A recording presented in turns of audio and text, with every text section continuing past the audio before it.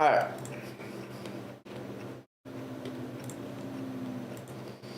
So,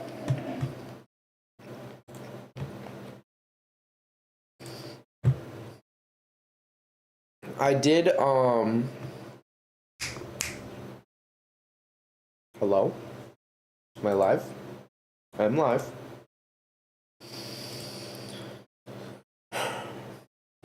Trying to pull up the chat.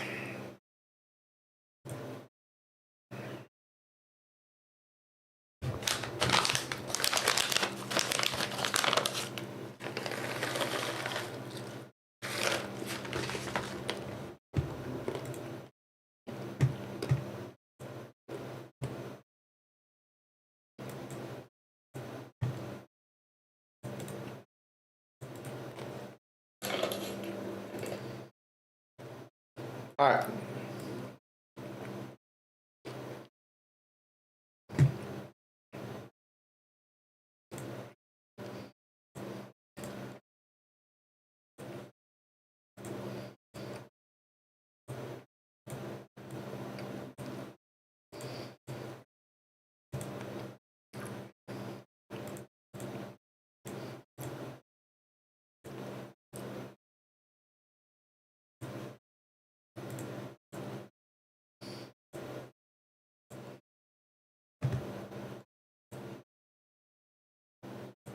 All right. All right. We got that. I just canceled a bunch of my subscriptions, so I canceled Canva, Epidemic Sound, Amazon Prime. I had a different Amazon subscription, Rocket Money, ViewStats, Apple Music, Audible, Waking Up,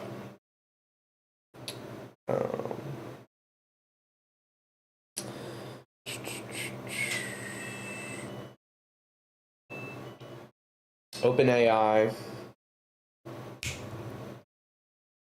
PlayStation. I'm about to cancel. I have to wait for it to load on my PlayStation.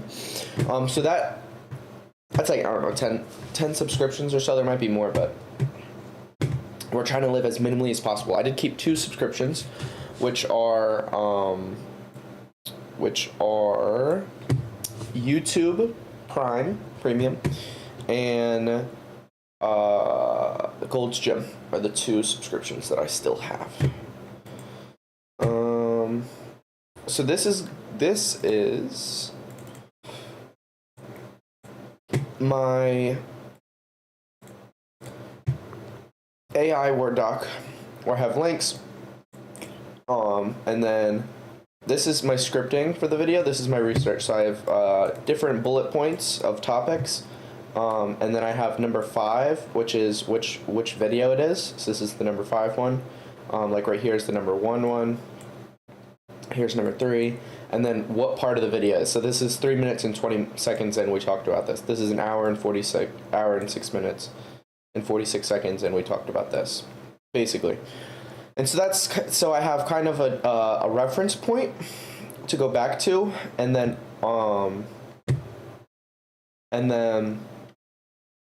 I have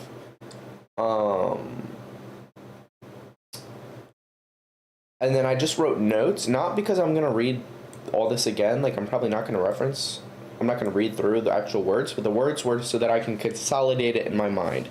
Me like writing it down in my own words helps me understand better what they're saying. So that's kind of the plan with that. And then the script is for the video. So like most of this conversation, right, number 5, is about giving power to AI, which is an interesting question in of itself. What is more, he said it boils down to, he said, essentially it boils down to what do you prefer, autonomy or happiness? So when you have all the power to AI, then you'll live a happier lifestyle than if you don't do that. But you'll have more autonomy to make the decisions for yourself. But as a result of that, because we are, what is it called? Self-harming creatures, um, where we tend to not act in our best interest frequently, extremely frequently. We It's very predictable that we'll continue to act like that, and so yes, we are making the decisions autonomously, but we're suffering as a result. Versus if we don't, we take away our free will, give our decision making to the robots, then we'll live a more happy lifestyle. So that's a good general question.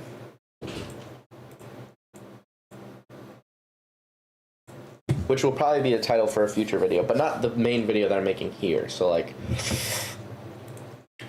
I don't know. Like some of these topics are interesting in and of themselves. Like I could literally just talk about what could go right with AI and what could go wrong with AI and just make a video on that. Like there's so many different things. I'm not sure. But this will probably be just a general AI video. But I don't know like what it could be about. Like what would be a good title? Like.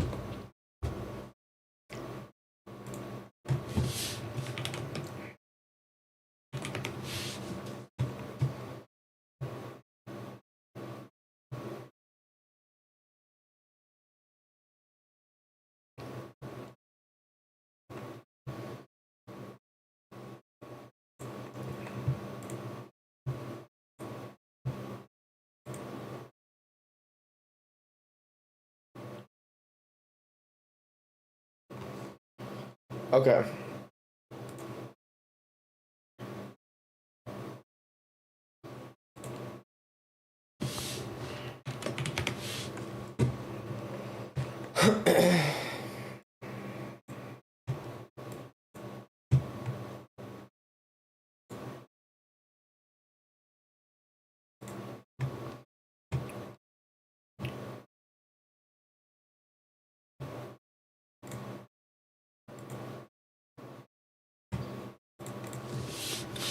So I talk to AI like this. I am...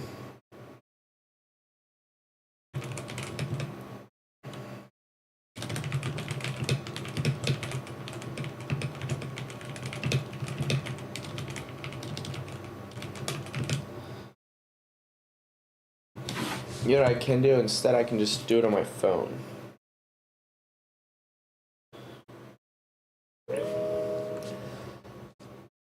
Hi Pi, I am making a Google Doc for my AI video coming up. The title for the video is going to be "The Most Important Moment in Human History is Right Now." It's going to be talking about how the biggest impact, the biggest change in human history is going to be the development of AI, and how it's going to change civilization more than anything else in the entire world has ever done in history. And so I'm going to start the video with an intro.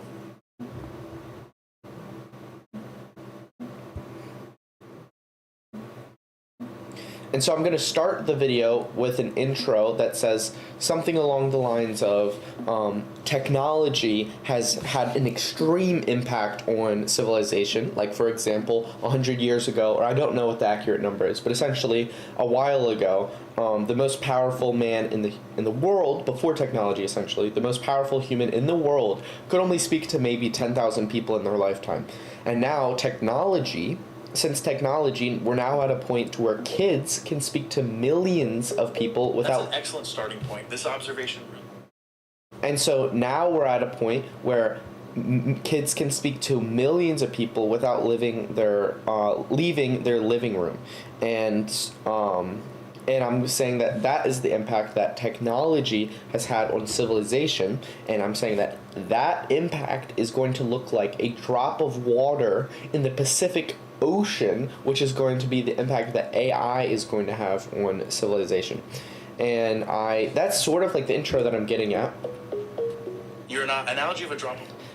And that's the essentially the intro that I'm getting at. So I'm wondering if you could give me more accurate information. I don't know what the specific numbers are. The numbers that I have is 100 years ago, the most powerful human being could speak to 10,000 people. But now, after technology has existed, kids can speak to millions of people without leaving their living room. So could you give me a more accurate numbers for the intro that I'm trying to get at?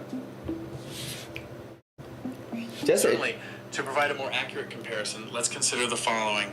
In the early 1900s, before the widespread adoption of radio and television, the largest gatherings for speeches and public events were typically limited to around 10,000, 20,000 people. For example, in 1905, Theodore Roosevelt's inaugural address was attended by about 15,000 people. Today, with the advent of the internet and social media, anyone with a smartphone can potentially reach an audience of millions. A viral video or social media post can be shared around the world in a matter of hours, reaching a global audience with just a few taps on a screen. This is a remarkable transformation in the ability to communicate and connect. And it sets the stage for the even more profound changes that AI is likely to bring about.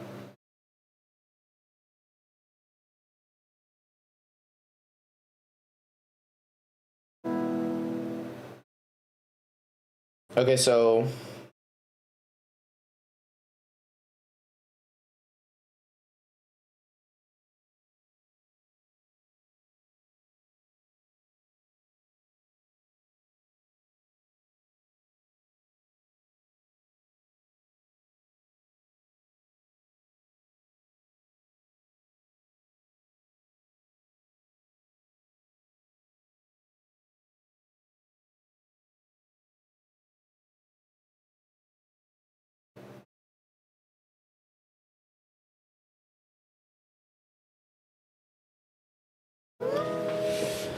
what about back when Marcus Aurelius ruled Rome? I think that's what it was. Who was he speaking to? Like, how many people was he speaking to probably in his lifetime? During the reign of Marcus Aurelius, who was Roman emperor from 161 to 180 AD, the ability to reach large audiences was limited by the technology of the time. Public gatherings for speeches or events would typically involve only a few thousand people at most. For example, The Roman Colosseum, which was completed during Marcus Aurelius's reign, had a seating capacity of around 50,000 people, though not all events would have drawn a full crowd. In terms of the number of people Marcus Aurelius would have spoken to in his lifetime, it's difficult to estimate precisely, but it's likely that he interacted with tens of thousands of people through speeches, military campaigns, and other public appearances. This number pales in comparison to the potential reach of modern technology and social media, underscoring the dramatic changes that have taken place in the ability to communicate and influence others.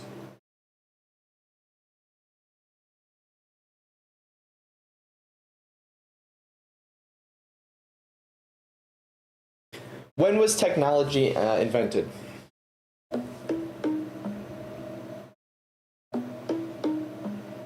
The term technology encompasses a wide range of inventions and innovations, and it's difficult to pinpoint a single point in history when technology was invented. However, some key milestones in the development of technology include the invention of the wheel, around 3500 BCE. This simple but revolutionary tool made transportation and industry much more efficient. The development of writing systems, around 3200 BCE. The ability to record and transmit knowledge through writing was a major leap forward in human communication and learning. The Industrial Revolution, late 18th century. The mechanization of production processes marked a significant shift in manufacturing and ushered in a new era of technological advancement. The invention of the computer, mid-20th century. The development of digital computers paved the way for the information age and the many technological advancements we enjoy today. So, while there is no single invention of technology, these milestones represent significant steps in the ongoing development of human tools and knowledge.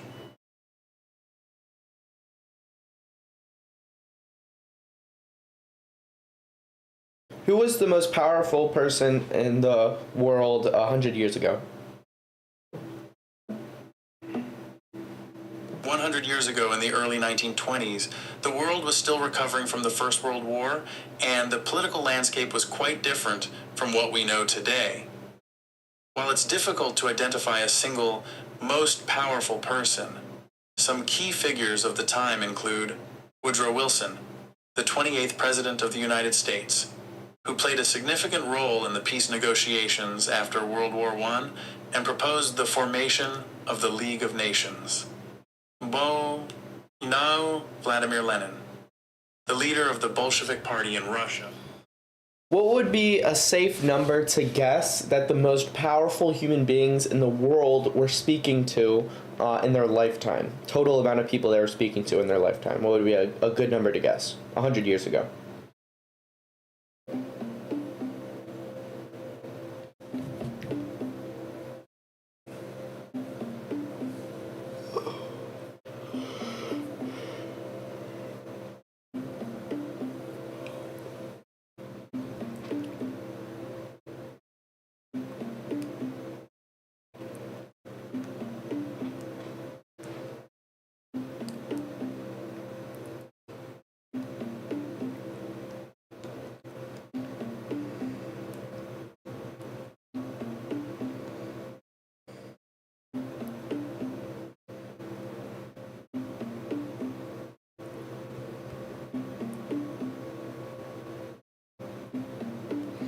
A 100 years ago, what could we assume that the most powerful human beings in the world were speaking to throughout the totality of their lifetime? How many total people were they speaking to?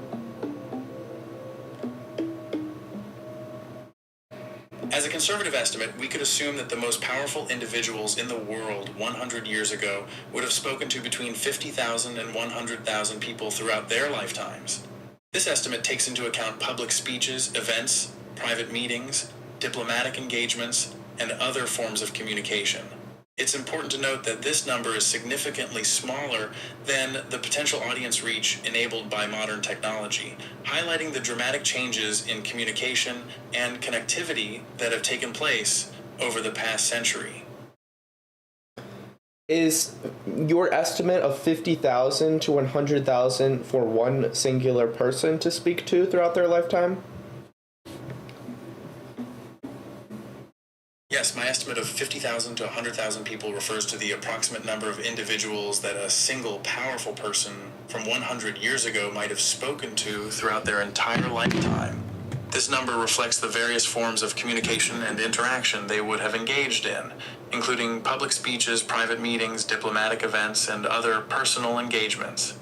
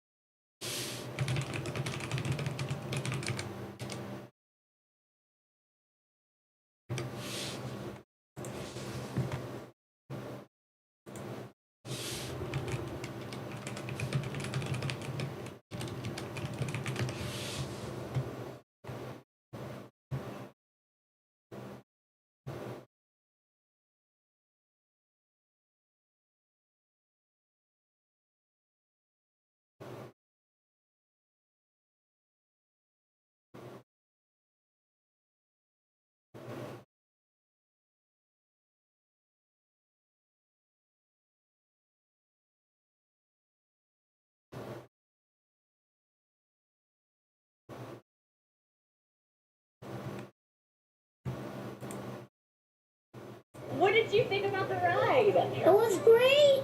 And apparently, I've never been on live television before, but apparently sometimes I don't watch the news because I'm a kid, and apparently Grandpa just gives me a remote after we watch the Powerball. What's the Powerball? Tell me about the ride. What did you think about the ride? Well, it was great because apparently you're spinning around, and apparently every time you get dizzy, Yeah. that's all you do is get dizzy. Yeah. And I've never ever been on live television. I never ever be on live Are television. you excited? Yeah, and apparently I only went down the super slide. When I went down the one, I was scared half to death. I just freak out. What? I need his name. Hold on. Yep. Hold on. I'm just gonna ask him. What's his name? Noah. What's your last name? Get Ritter. How do you spell his last name? Ritter, R-I-T-T-E-R. Okay. Where are you guys from? Wilkes-Barre. Wilkes-Barre. All right, buddy. Red, stop. Come on.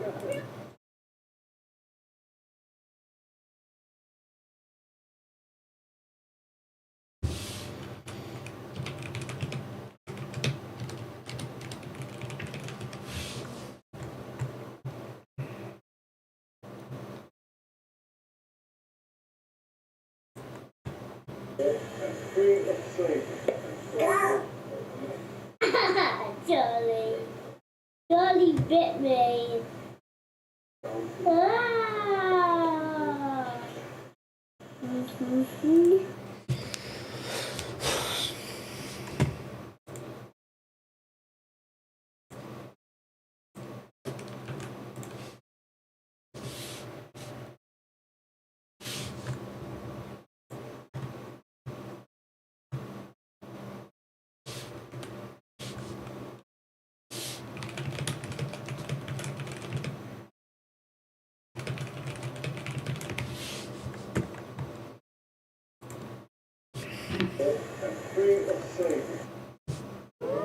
How old was Charlie in the popular video Charlie Bit My Finger?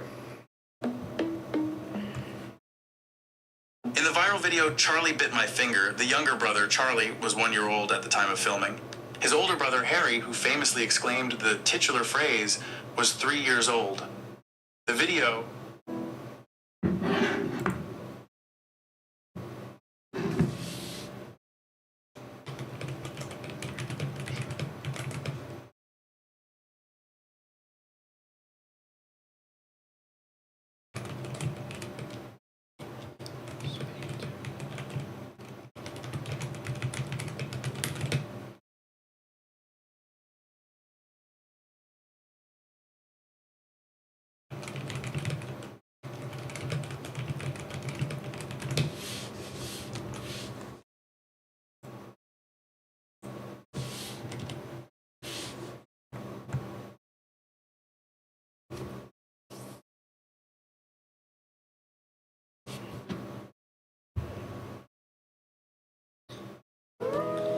What are people commonly saying is going to have the biggest what are people commonly saying that AI is going to have a bigger impact than like something like technology has had on this generation?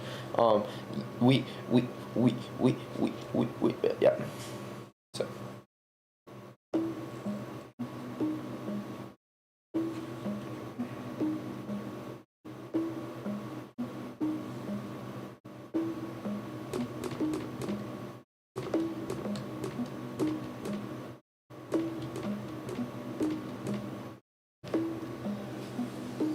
people are saying that technology is going to have people are saying that AI is going to have a bigger impact than technology had on us. But what do they mean when they say technology? Are they saying like the World Wide Web or the computer or the cell phone or social media? What exactly do they mean when they say technology? When people say that AI will have a bigger impact than technology, they're generally referring to the collective advancements in information and communication technologies that have shaped our modern world. This includes, but is not limited to, the development of the internet, personal computers, smartphones, social media platforms,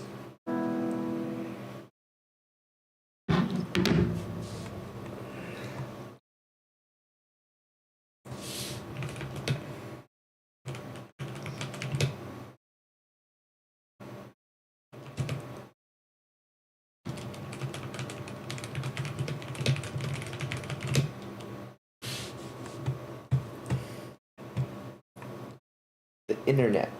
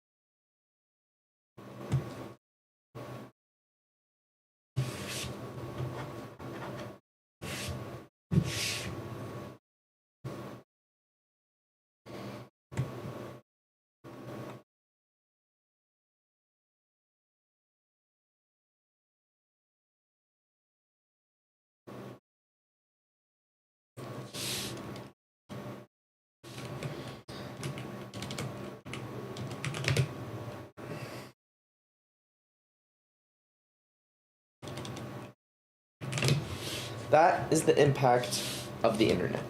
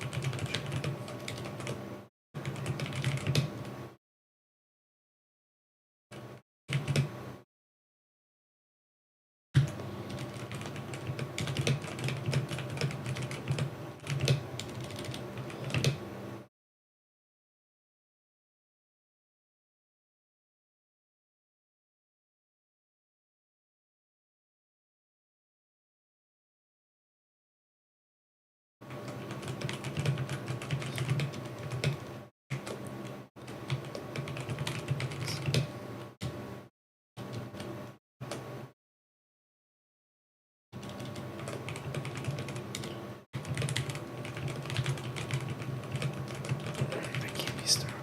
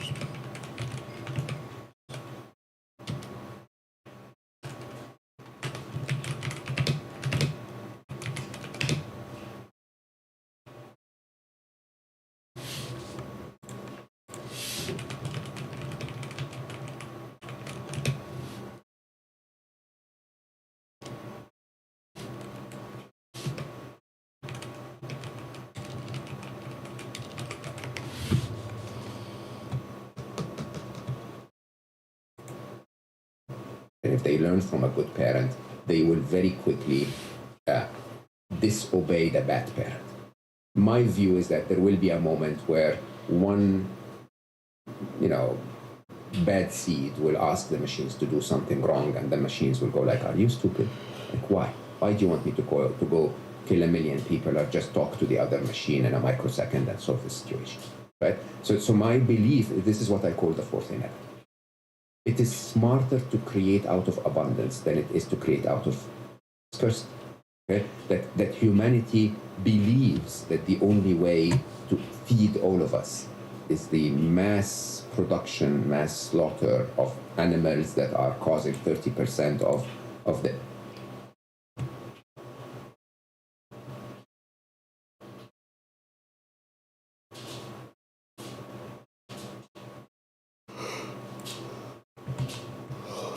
It's an inevitable that we will engage them in our life more and more. This is one side of this. The other side, of course, is if you do that, then what will remain? Because a lot of people ask me that question. What will happen to jobs? What will happen to us? Will we have any value, any relevance whatsoever? The truth of the matter is the only thing that will remain in the medium term is human connection. The only thing that will not be replaced is Drake on stage. Think of the automobile industry. There was a time where cars were made, handmade and handcrafted and luxurious.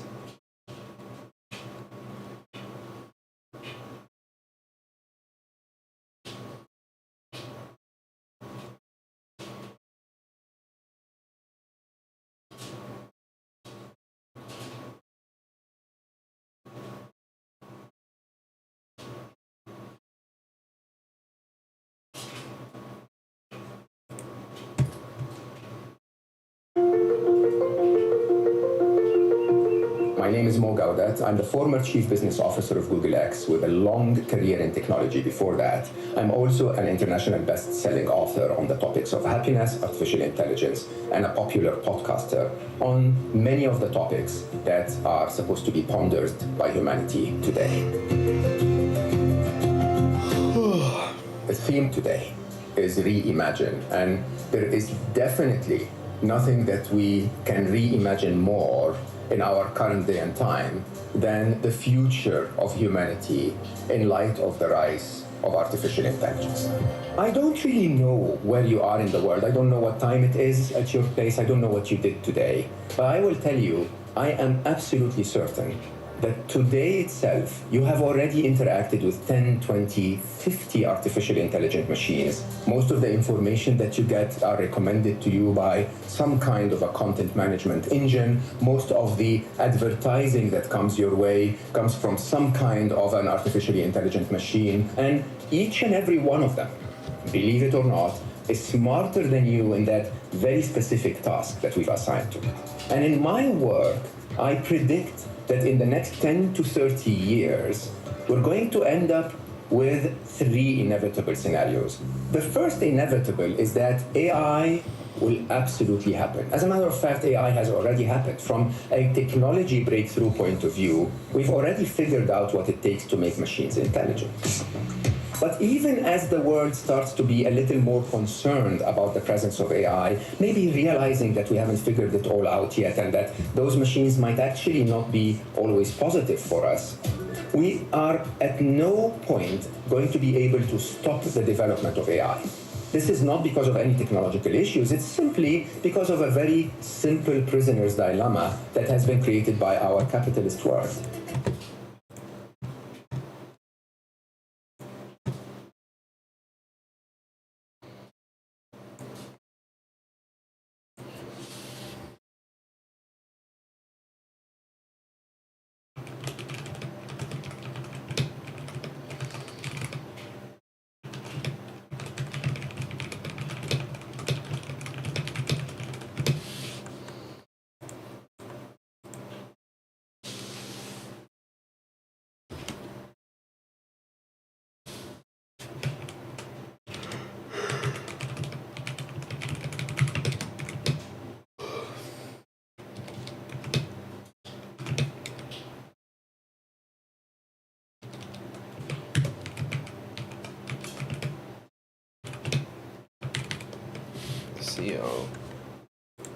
COO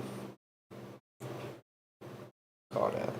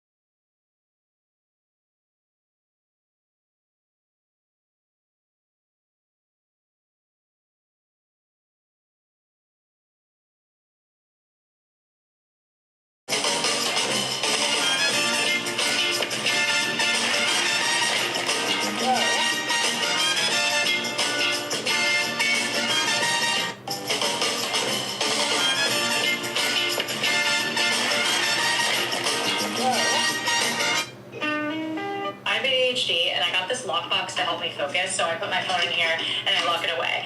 But when I posted about it, Boy, you know, I've always wanted to come in here. And now that I got a mustache, the timing feels right. Wow, all this stuff looks pretty good.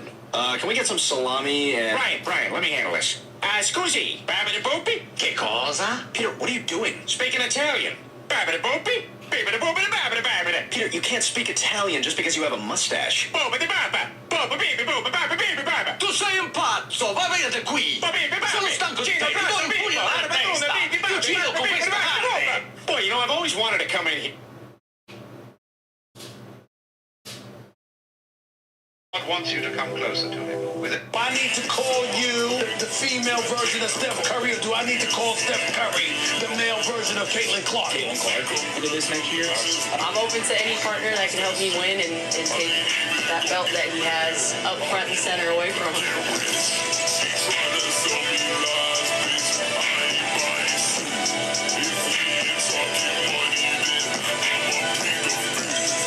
Do I need to call you?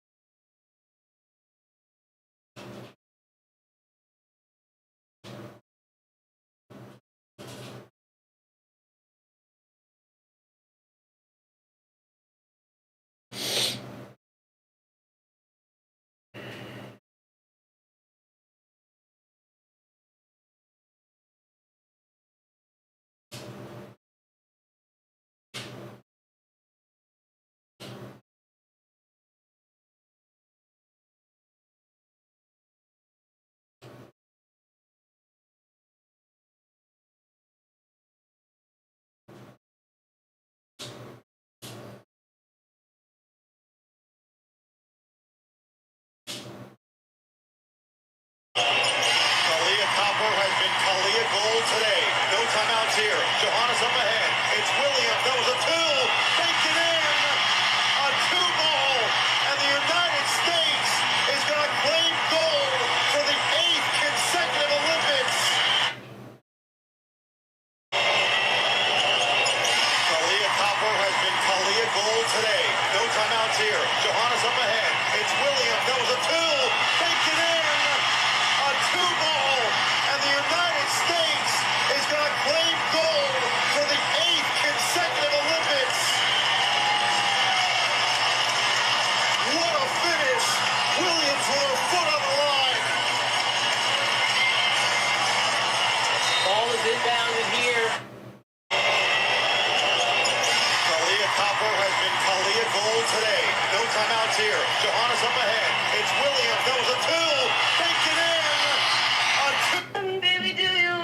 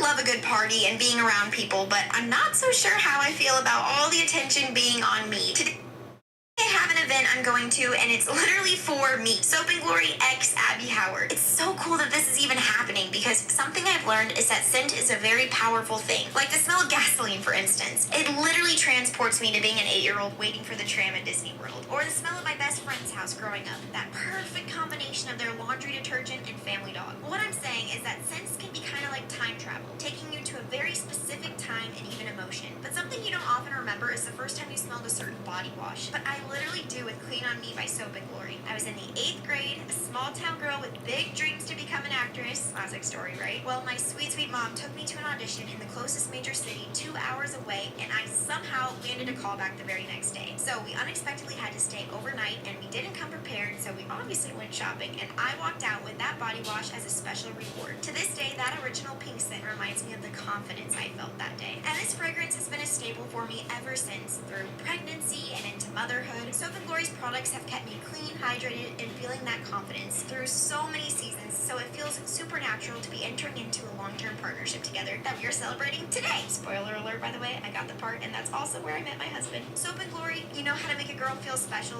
love you, and can't wait for what's to come. I love a good party and being around people, but I'm not so sure how I feel about all the attention being on me. Today I haven't.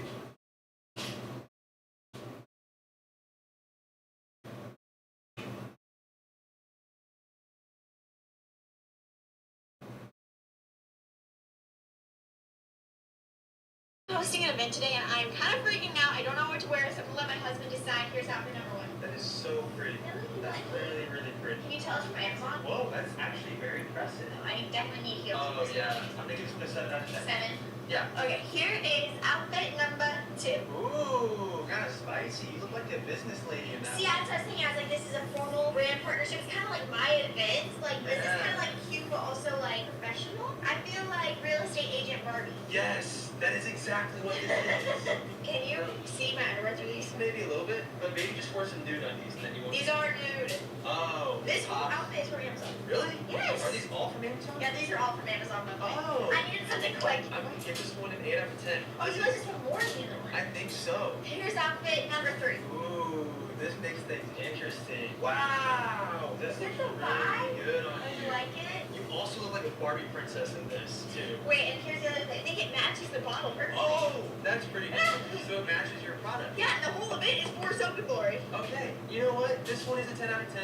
You look No way. incredible. I still have one more. Oh, there's another one. Just my final option. Oh, that's really cute. Man, okay, now I'm torn. Is this one supposed to be wrinkly, though? Are you trying to grind on it? No, I'm just trying to dance. What was going on right there? Oh, this makes things so difficult. I can't decide. Yeah. I can't decide. Okay, you guys, I need your help. So that's 3 or 4. I am hosting an event today, and I'm kind of freaking out. I don't know what to wear, so I'm gonna let my husband decide. Here's outfit number 1. That is so pretty. That's really, really pretty. Can you tell us from Amazon? Whoa, that's actually very impressive. I definitely need heels. Oh, yeah. I'm thinking it's a 7 out of 10. 7. Yeah. Okay, here is outfit number 2. Ooh, kind of spicy. Interesting. Love a good party and being around people.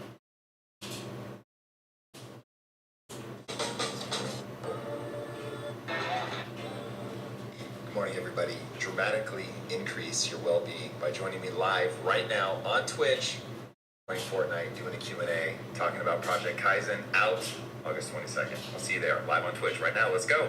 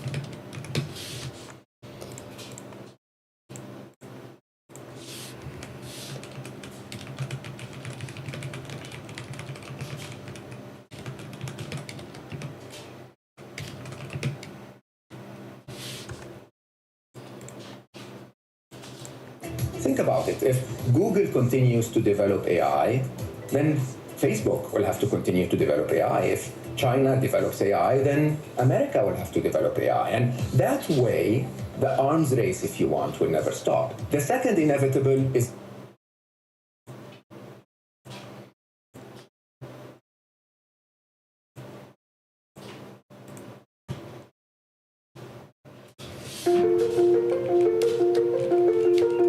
My name is Mo Gaudat. I'm the former Chief Business Officer of Google X with a long career in technology before that. I'm also a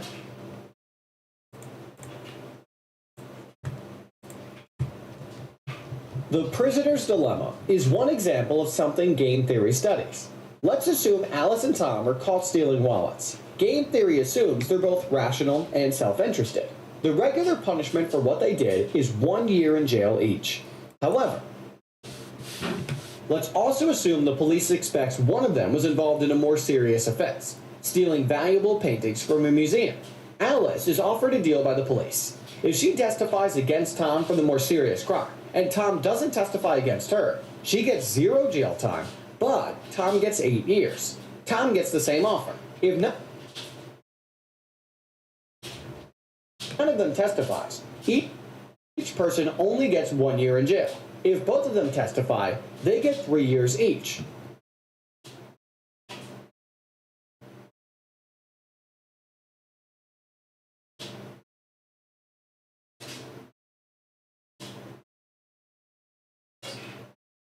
Obviously, it seems in their best interest that neither of them testifies, as only 2 years of total jail time would result, 1 for each. However, let's look at things from their perspective. Alice sees that if she doesn't testify, there are 2 outcomes, one in which she gets 1 year and one in which she gets 8. She then sees that if she testifies, she either gets 0 jail time or 3 years. Testifying, therefore, seems more appealing. The same thing goes for Tom.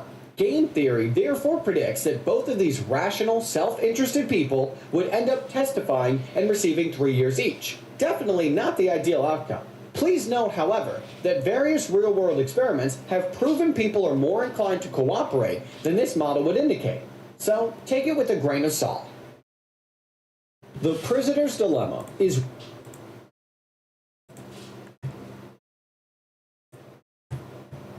Let's say Mr. Blue and Miss Red have each been arrested for some minor crime. The police think they committed a more serious crime, but they don't have enough evidence to convict them. They need a confession. They take them and put them in separate rooms so they can't talk, and play a little game.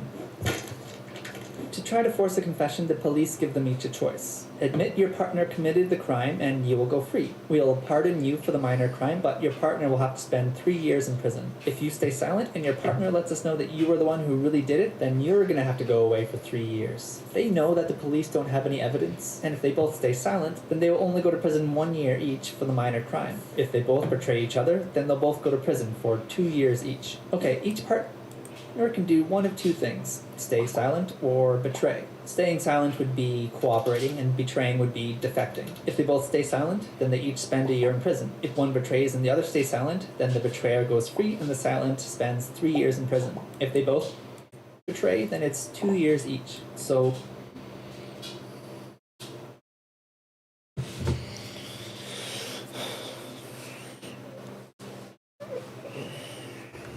what are they going to do? Well, they should cooperate. That's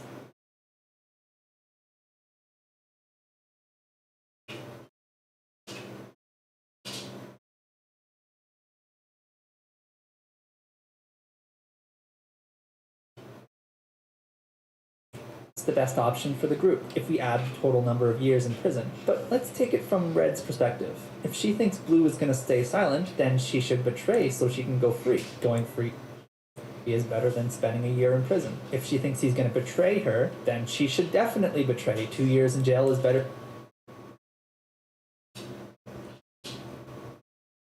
than 3 and being made a fool of. Blue is in the exact same situation and will think the exact same thing. He should betray if she stays silent, and he should betray if she betrays. They should have both cooperated, but from an individual standpoint, they noticed they could always gain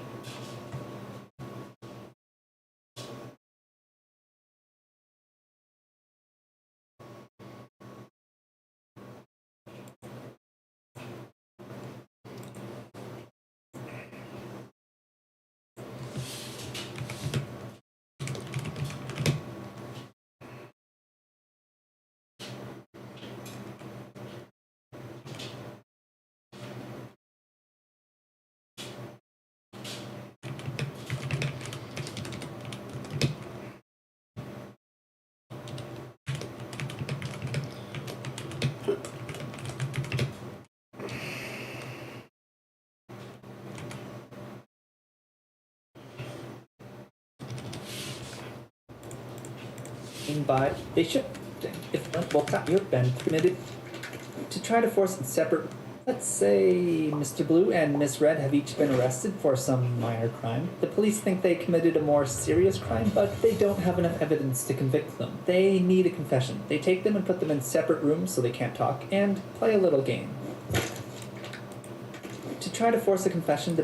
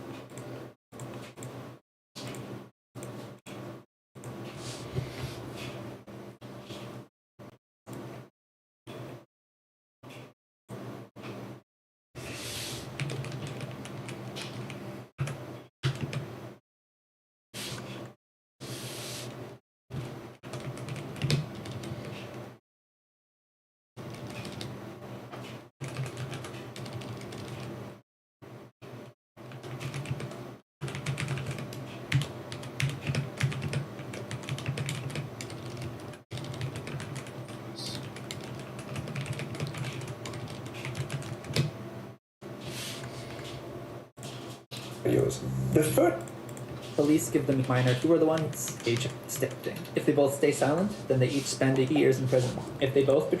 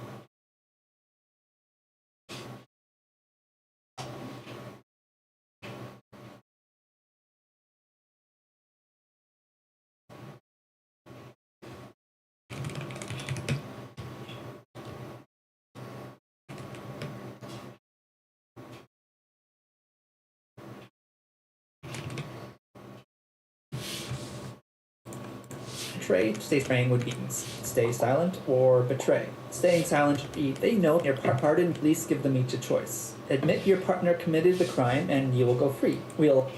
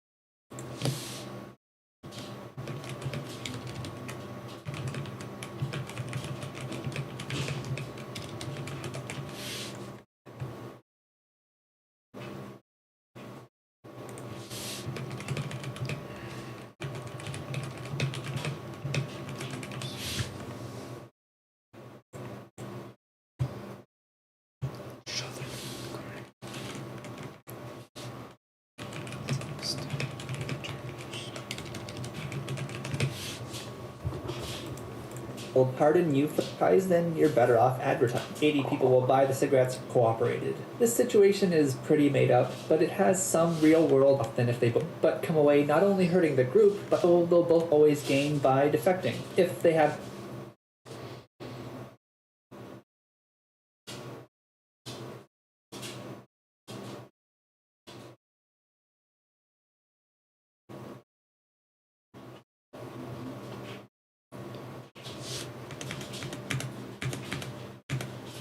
what are they going to do? Well, they should. Let's take it from Red's perspective. Red cooperates. Again.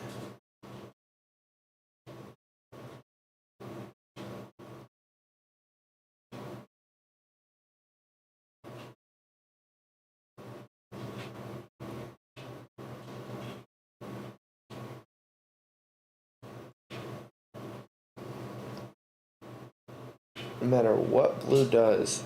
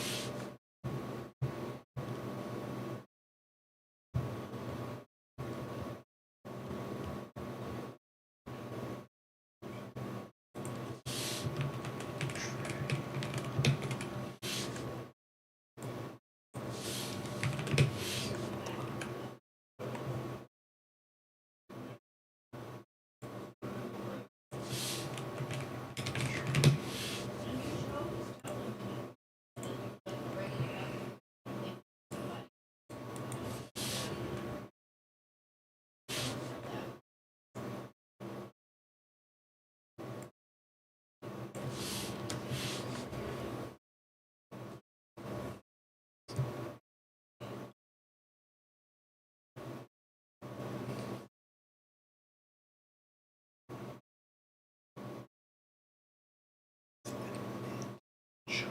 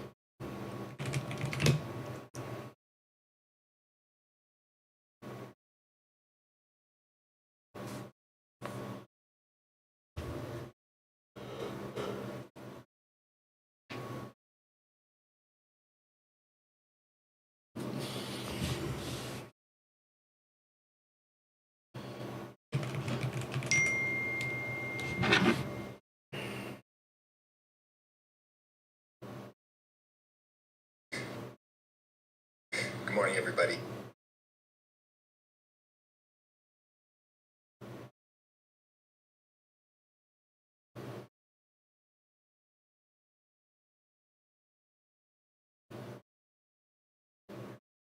We are theoretically live here.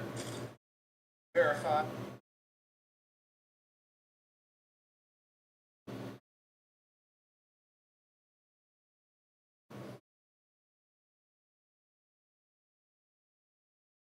Yeah. How do you like it? He likes it pretty well, chat. He's okay with it. He's here for it, chat. All right. Oh! What did he hit me with? Purple snipe. Wow. Should have run in a zigzag pattern. Should have run in a zigzag. We're out of our top 10. We had our elimination chat, but we did not have our kills. Or sorry, our top 10. Alright. Q Ducky. Bit ambitious, but I'm working on applying for a TEDx word. I'm calling Gambling on Happiness, where I talk about the concept of irrational optimism. Whether it takes 6 minutes, 6 months, or 6 years, I will get the talk word. I respect that. Anything you think I should throw in there? Well, so if you're really pushing for that, the key is how often are you speaking?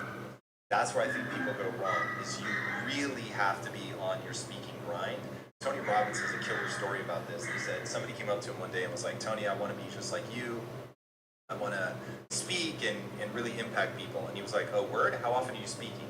The guy was like, man, I speak 3 times a week. It's absolutely incredible. And Tony says, that is incredible. You're ahead of a lot of people. But the reality is I speak 3 times a day. And so in a single week, I'm going to do more than you do in a month. And that's when you begin to realize people that are really serious, they have what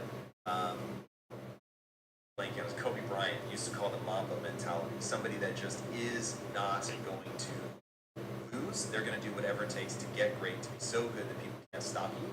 That's one of the most important ideas that if I could get people to really embrace, your life would be way better. To understand that you can get so good at something, people can't stop you. They literally can't stop you, even if they want to stop you, even if they hate you. You're out.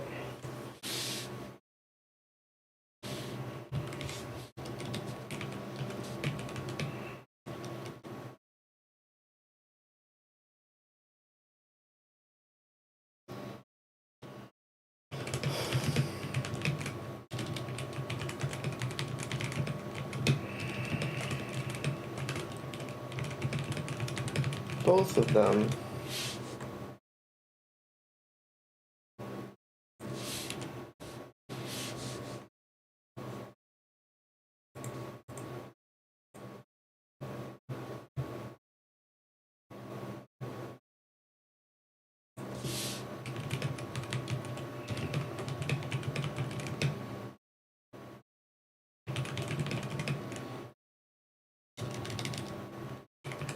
Visual perspective.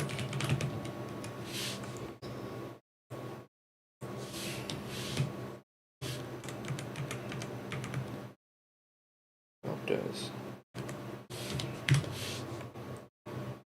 less times.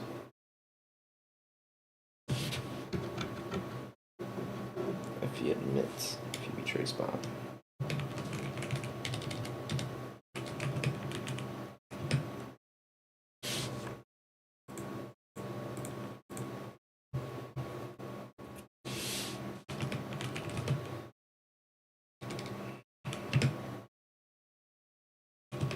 Silent.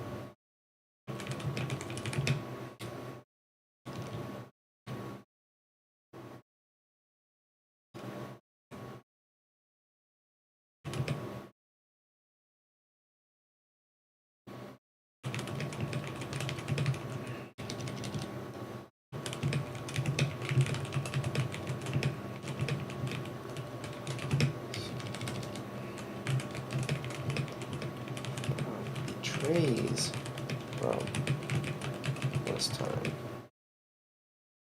He also betrays.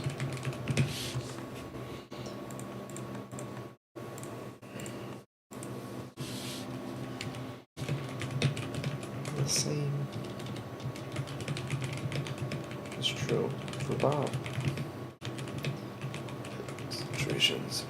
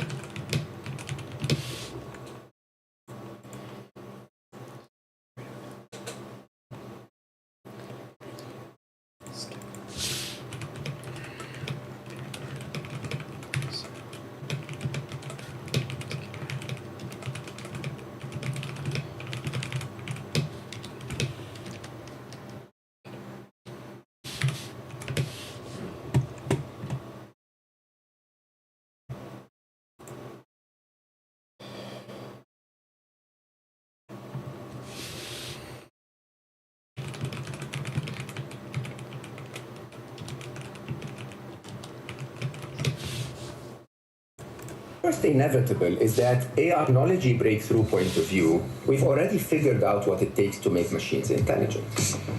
But even as the world starts to be a little more concerned about the presence of AI, maybe realizing that we haven't figured it all out yet and that those machines might actually not be always positive for us, we are at no point going to be able to stop the development of AI.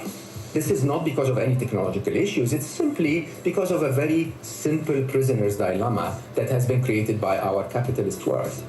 Think about it. If Google continues to develop AI, then Facebook will have to continue to develop AI. If China develops AI, then America will have to develop AI. And that way, the arms race, if you want, will never stop. The second inevitable is even more interesting. It is predictable by so many computer scientists.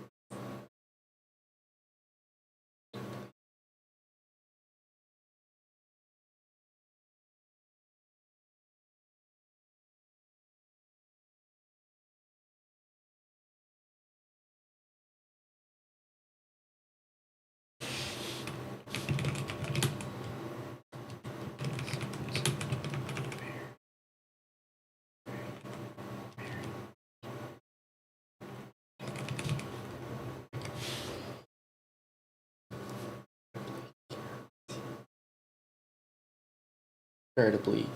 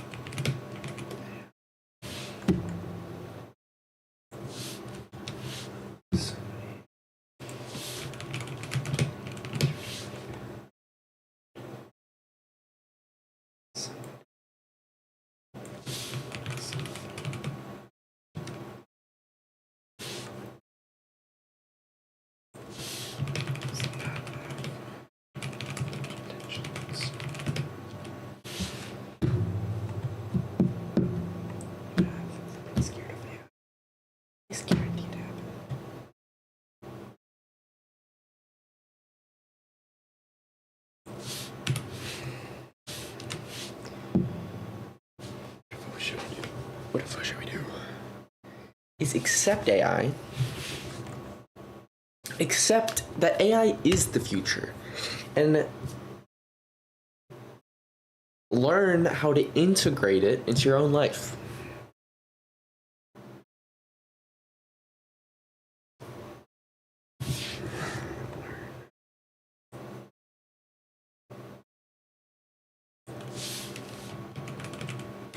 How to use it.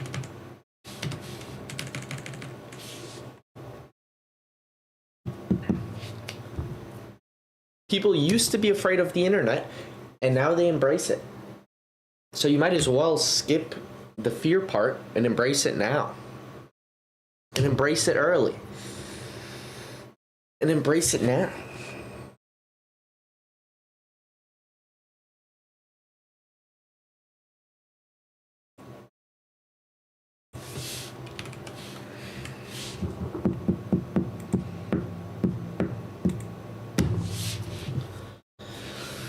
The second inevitable that within the next 7 years, only 7 years, by the year 2029, artificial intelligence is going to become the smartest being on planet Earth. Now, if this is not enough, there are predictions that by the year 2045, artificial intelligence is going to be 1 billion times smarter than we are. 1 billion with a B. That is, in comparison to, say, the intelligence of Einstein, we would be the intelligence of a fly. The episode of history that started when humanity became more intelligent than the apes is about to end. And we're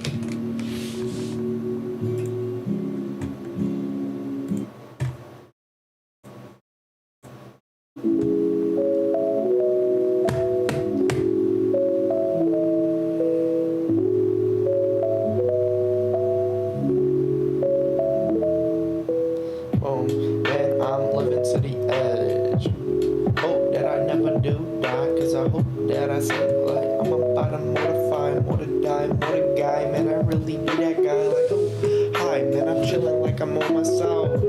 Chilling like I put that shit on hold. Here we go, I think I need some help. Man, I'm about to look.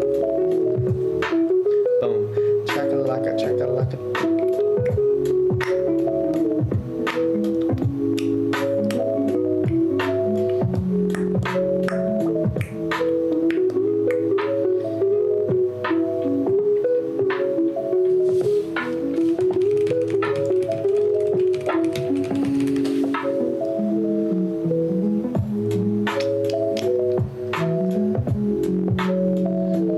Oh man, passing on the mic.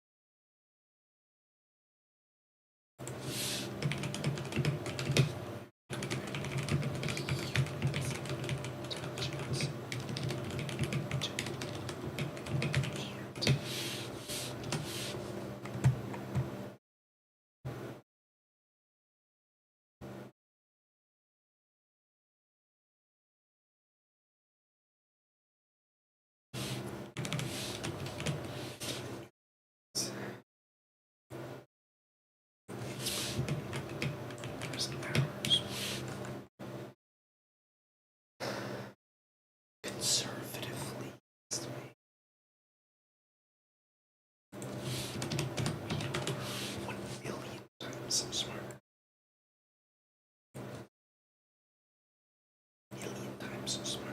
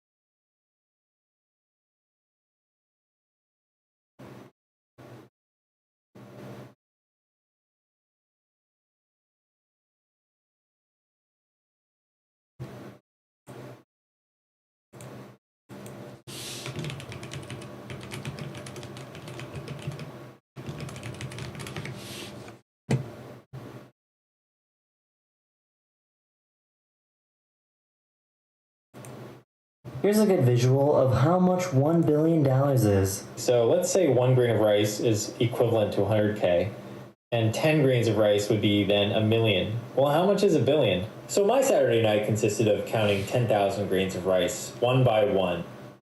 That is $1 billion, where each grain of rice is worth 100K. I just bought you like a Lamborghini right here, and I didn't even notice it was gone.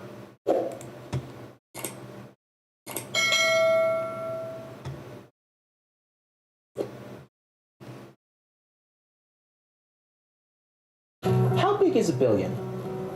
Sounds like a simple question, right? One that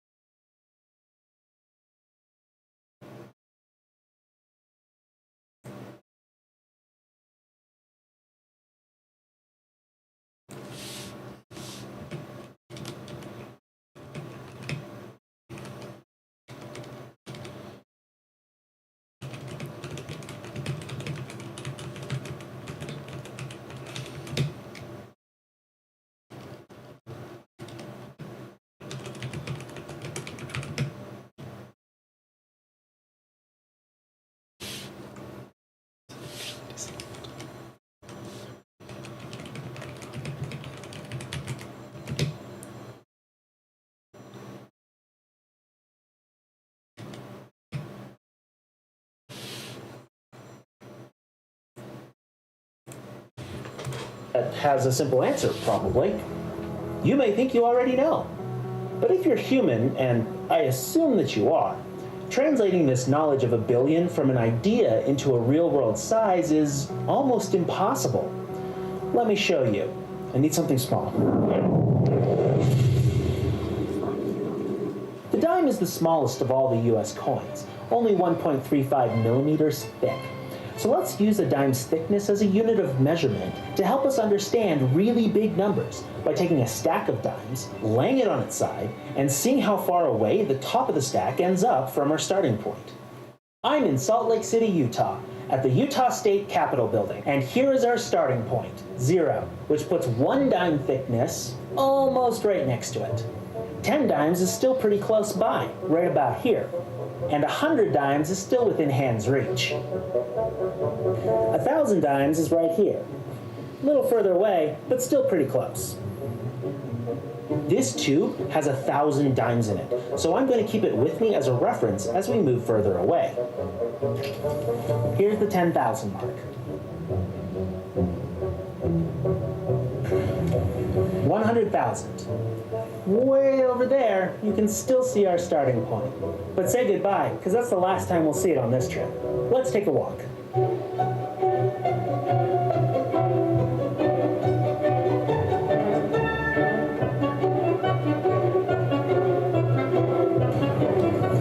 $1 million dimes. Our starting point is 1.5 kilometers or 0.8 miles back that way, which would put the billion dime mark. I'm gonna need my car.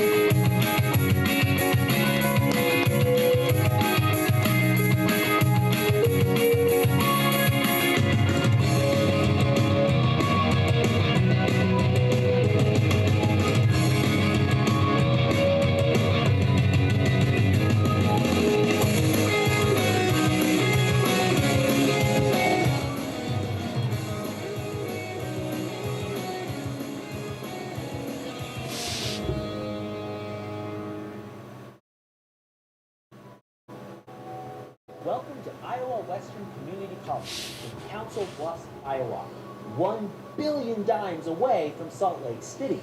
That's a distance of 1,350 kilometers, or 839 miles, about that way. To put that in perspective, let's go to a map. The Billion Dime Circle, centered on Salt Lake City, runs from the heart of the Midwest into the Pacific Ocean, and from central Alberta, Canada, to northern Mexico, covering an area of 57 million square kilometers, or 2.2 million square miles. So why is it then that when we look at the edge of a dime, we can easily figure out how big a stack of 10 or 100 would be, but can't immediately figure out where a stack of a billion of them would end? The answer is we're complicated. Our brains can't make sense of really big numbers because for hundreds of thousands of years of evolution, they haven't had to. Until the last 4,000 to 5,000 years or so, at human scale, there's never really been more than a couple of hundred of something that actually mattered. So instead, our brains have evolved to understand that beyond a certain point, it's not how many of something that matters, but that there is many of something. But as math and science have progressed, we've needed a way to describe just how big or how small a number really is, and whether it's comparable to another number. Part of the solution is to describe a number as being of a certain order of magnitude.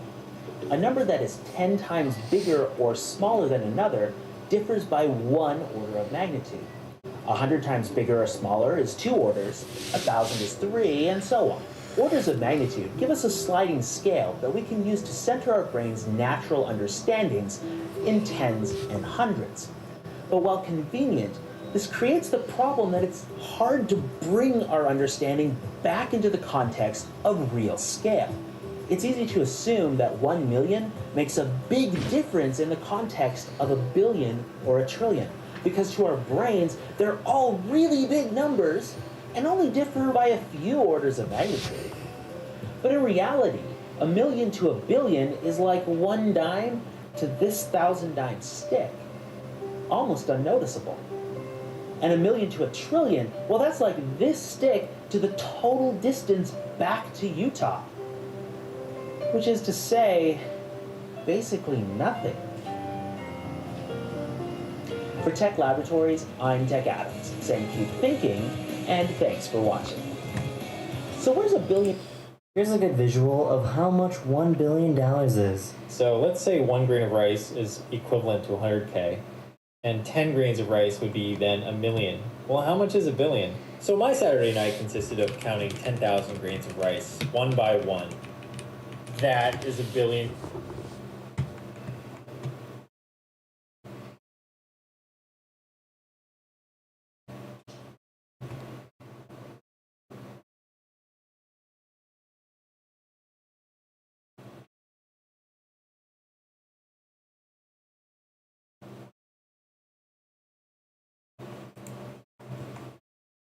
As an Antipodean, how big is a billion?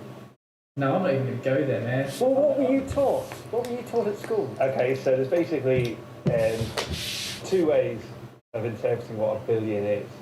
There's the correct English way, and there's the incorrect American way. I think I was taught a billion is 1,000 million. Right, exactly. Now that's what I was taught at school as well, although in Britain, the older generation would say a billion is not 1,000 million, they would say it was a million million. There's a beautiful mathematical logic to the old way of doing it, which I just don't see in the new way. If we ask our viewers, I reckon about half of them will answer a billion has 9 zeros. That's 1,000 million. And I reckon the rest of them will say a billion has 12 zeros, which is a million million. And it depends on how old you are and where in the world you live.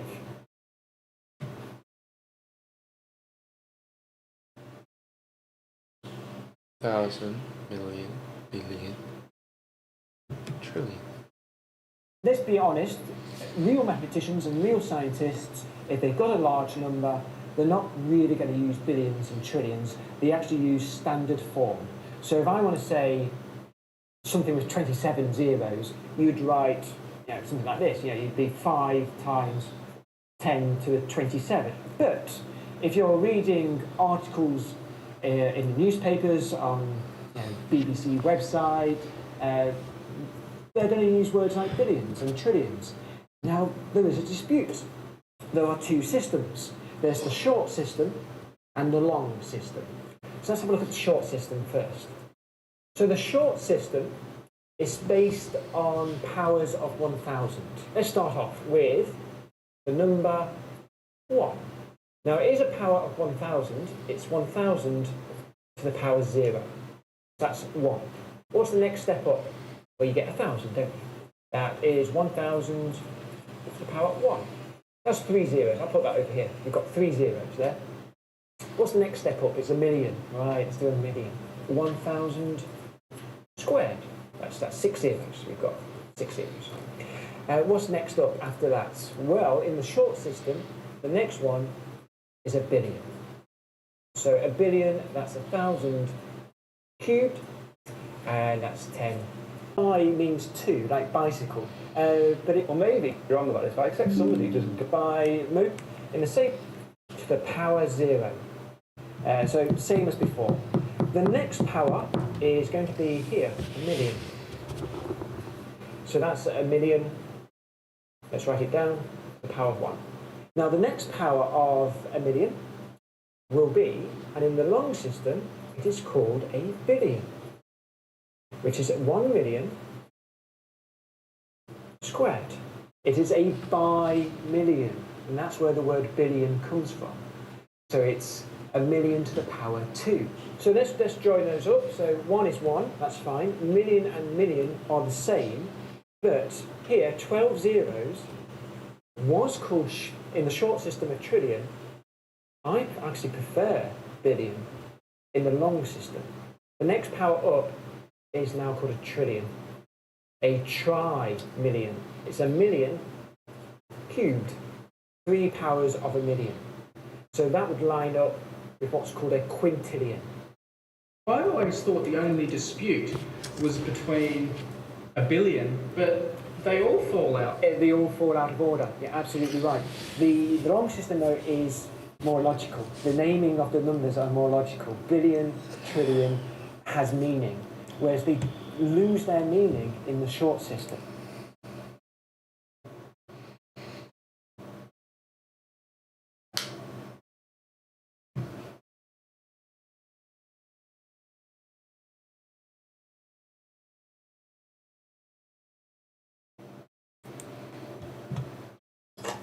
Okay. Alright. First, I want to know who is our fact checker. Yeah, that would be me. Oh, yeah, yeah. Why are you asking? Yeah. Well, here's a fact. You're a fighter. Yeah. Well, here's another question. Anyone here hate space travel? Anyone? Alright, you're fired. Alright, let's relax. Let's play some music.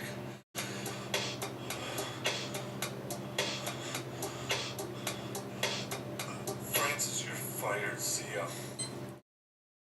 Yeah, you suck, man. Well, guess what? You're now fired, Steve. Now, let me ask, do any of you own Teslas? I see. For the two that did not raise their hand, you know what's up. You're fired. Oh, so, yes, let me know by raising your hand if you're okay working over 100 hours a week, but not receiving overtime pay. I guess you're fired. Wait, is it just me, or don't you think that you and Amber Heard would have made a great couple? Yeah, I agree. Alright, you can stay. Let's bring in the next class. Hi. Yo, listen everyone. Raise your digital hand if you think Amber Heard got a fair trial.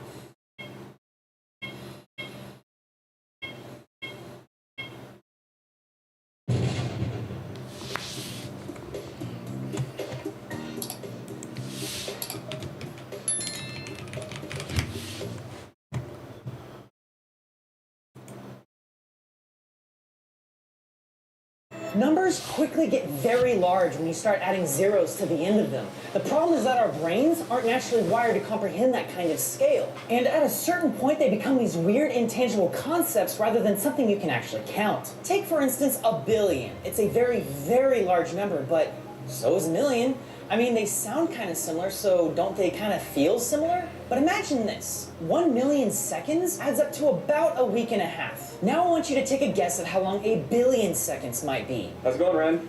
How long is a billion seconds? 3 weeks. 6 months. 63 days. You can't think about it. 5 years. 2 fortnights. 3 fortnights. 4 fortnights. 1 billion seconds is 31.7 years.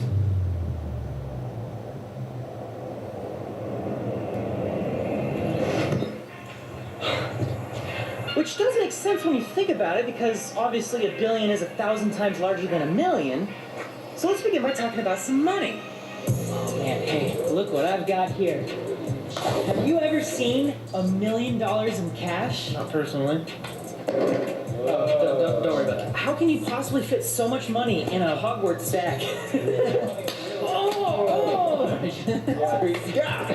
This is $150,000. I only got $140,000.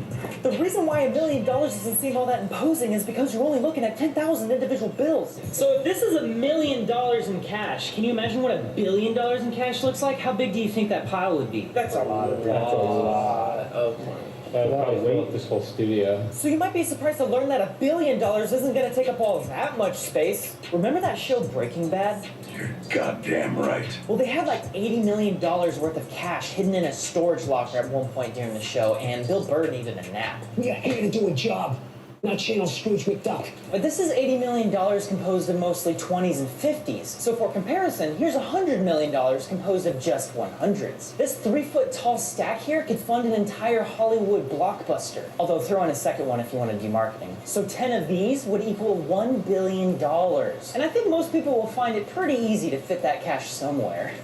But that's only because these $100 bills have a very high density of value, and we have yet to see the true magnitude of the number 1 billion. Pretend with me for a moment, and let's imagine that you are Bill Gates, and you wanted to withdraw all of your net worth and put it in a giant stack of $100 bills in your backyard, on your tennis court, for instance. Of course you have a tennis court in your backyard. You're Bill Gates. You probably have 30. Well, it would fill the entire inbound area of the court 19 feet high. This is $100 billion. Now, a single individual banknote weighs 1 gram, so 1 billion grams is how much this entire stack weighs. That is the weight of 170 fully grown African elephants, or 10 blue whales. That seems like it can't possibly be true, but there it is. That's the math. I checked it like 8 times. So as it turns out, getting fake money like this in large quantities is a bit of a process. So huge thanks to PropMovieMoney.com for making that process really easy. All right, now if we expand into outer space, we can actually start talking about distances in the billions of miles. To put that into context, Saturn isn't even 1 billion miles away from us, and it takes us years to get that far away. But if we had an Epstein drive, we could do that same trip in weeks. But unfortunately, the Epstein drive doesn't exist. But it does exist in this awesome series that I've been listening to on Audible called The Expanse. Now, before I talk about that a little bit more, let me tell you about Audible. Audible has the largest selection of audiobooks in the entire solar system. Now with Audible Originals, the selection has gotten even more custom. Audible Originals are exclusive audio titles created by celebrated storytellers. Now rockets are cool. I've talked about rockets before, but the problem with them is that they run out of fuel after like 20 minutes. Now what if you had a drive that is able to accelerate at a constant rate for pretty much forever? That would allow you to get from like Earth to Mars in 2 days. And this is the mechanism that allows humanity to colonize the entire solar system and the expanse. Humans have created a divide between the inner planets, Earth and Mars, and the outer planets, everyone who grew up in the space stations and asteroids. There's a bunch of interplanetary turmoil and drama going on.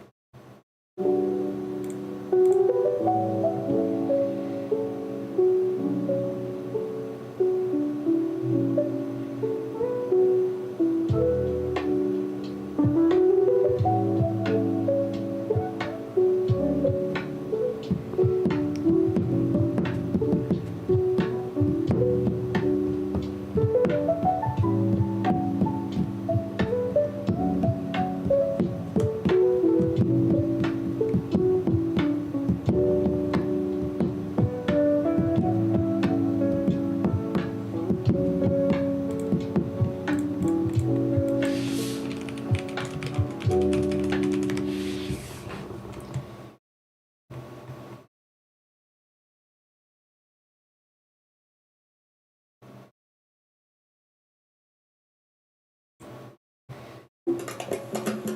brightest and hottest stars burn out the fastest.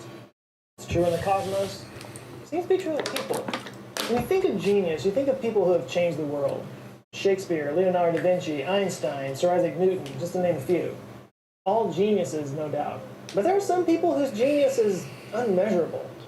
People who are capable of almost godlike feats of intelligence. People whose IQ is literally off the chart. Super geniuses, if you will. Logic would hold that these are the people most likely to move society forward. But that's not always the case. Sometimes the brightest stars burn out before they get a chance to make their mark. Such is the case with William James Sidis, possibly the smartest human being that ever lived. William James Sidis was born in Boston on April 1st, 1898, to two prominent doctors, Boris and Sarah Sidis, who were pretty impressive in their own right. Boris was a Russian Jew who immigrated to the United States after a wave of anti-Semitism swept through Russia. He landed in the United States, he didn't even know the language, but he taught himself English, eventually got into medical school, and became a prominent psychologist. His wife Sarah, also an immigrant, became a doctor at a time when women were never considered doctors. Women wouldn't even get the right to vote for 30 years. It was said in order to pass the entrance exam to medical school, she had to learn 6 weeks worth of math in 3 days, and she pulled it off. Both of William's parents believed that anything can be learned if given the proper technique, and so when William was born, he became something of an experiment to them to see just how smart you could make a human being. Boris being a psychologist, I'm sure it was a challenge he couldn't possibly resist. So they spent their life savings on lessons and books for the young William. Luckily for them, he had inherited their natural brilliance, and by the age of 2, he was reading the New York Times and writing letters in English and in French. By age 6, he was a polyglot with a mastery of English, French, German, Russian, Hebrew, Latin, Turkish, and Armenian. You know, like you do at age 6. As his impressive abilities increased, his parents turned him into a bit of a media celebrity, a child prodigy that made headlines in newspapers around the world. By the age of 8, he constructed his own language called Vendergood, which he detailed in a book he wrote called The Book of Vendergood, which also detailed the origins of Roman numerals in the base 12 number system. At age 9, he won admission into Harvard, but they thought that was too young and made him wait until he was 11 to enroll. Is that more reasonable? Well, there he proved to actually be smarter than most of the professors and gave lectures on fourth dimensional bodies, which drew hundreds of people. He'd become something of a cultural phenomenon at this point.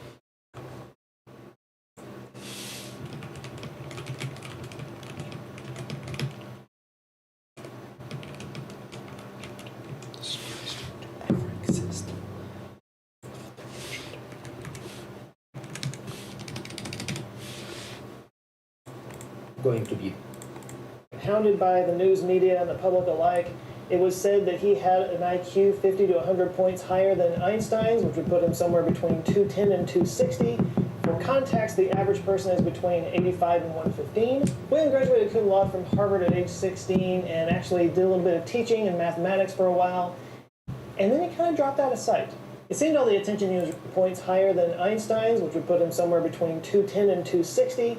For context, the average person is between 80. Then on April 1st, 1898, to two prominent doctors, Boris and Sarah Sidis, who were pretty impressive in their own right. Boris, an immigrant, became a doctor, so they spent their life savings on lessons and books for the young William. Luckily for them, he had inherited their natural brilliance, and by the age of 2, he was reading the New York Times and writing letters in English and in French. Like,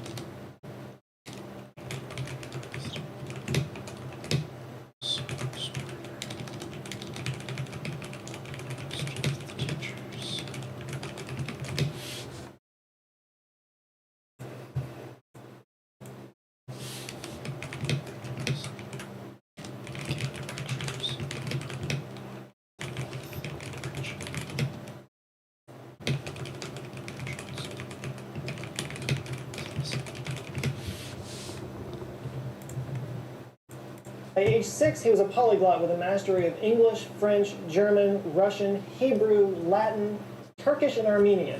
You know, like you do at age 6. As his impressive abilities increased, his parents turned him into a bit of a media celebrity, a child prodigy. By age 6, he was a polyglot with a mastery of English,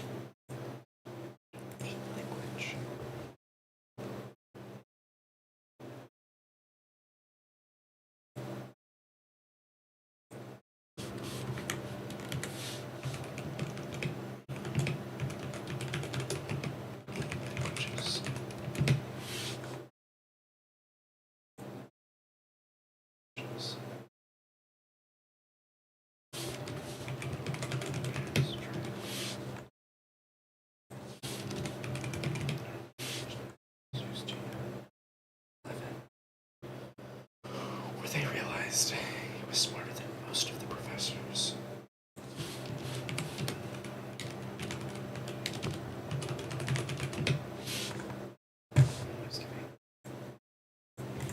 French, German, Russian. As his impressive abilities increased, his parents in the world. By the age of 8, he constructed his own Russian Vendergood, which he detailed in a book he wrote called The Book of Vendergood, which also detailed the origins of Roman numerals in the base 12 number system. At age 9, he won admission into Harvard, but they thought that was too young and made him wait until he was 11 to enroll. Is that more reasonable? While there, he proved to actually be smarter than most of the professors and gave lectures on fourth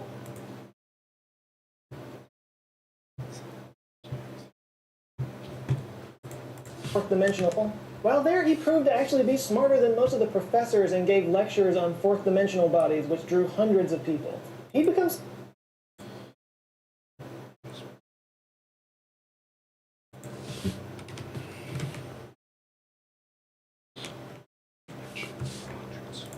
something of a cultural phenomenon at this point, hounded by the news media and the public alike. It was said that he had an IQ 50 to 100 points on religion and capitalism, which clearly won over the judge in 1919 when he was arrested for holding a political demonstration, which I didn't think you could be arrested for. In court, he blamed society's problems on religion and capitalism, which clearly won over the judge because they gave him 18 months in prison. After leaving jail, William became something of a nomad, moving from city to city, working menial jobs, always changing his name to remain private. But that didn't stop his intellectual pursuits. He wrote literally dozens of books on subjects ranging from cosmology, American history, anthropology, transportation systems, and weirdly, on streetcar tickets, which he collected. He published books under a variety of different pseudonyms, including one called The Animate and the Inanimate in 1925, in which he postulated that there were regions of space where time goes in reverse and would not emit light. But due to all the different names he used, we don't of space where time goes in reverse and would not emit light, in which he a variety of different pseudonyms, including one called The Animate and the Inanimate in 1925, in which he postulated that there were regions of space where time goes in reverse and would not emit light.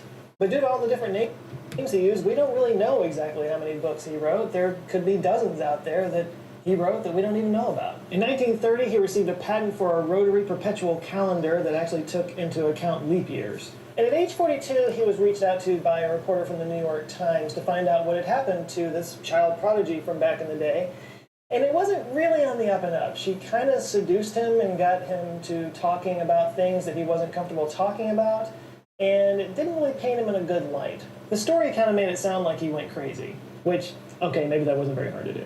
But William took offense to this, and he successfully sued the New York Times for libel, and then sadly and unexpectedly died 2 years later of a cerebral hemorrhage. So much potential, and yet he remains nothing more than just a historical footnote. What went wrong? Was it too much pressure from his parents? Too much pressure from society? Was he just weird? Could have been worse. Another child prodigy was Ted Kaczynski. He was accepted into Harvard at age 16, something of a math prodigy.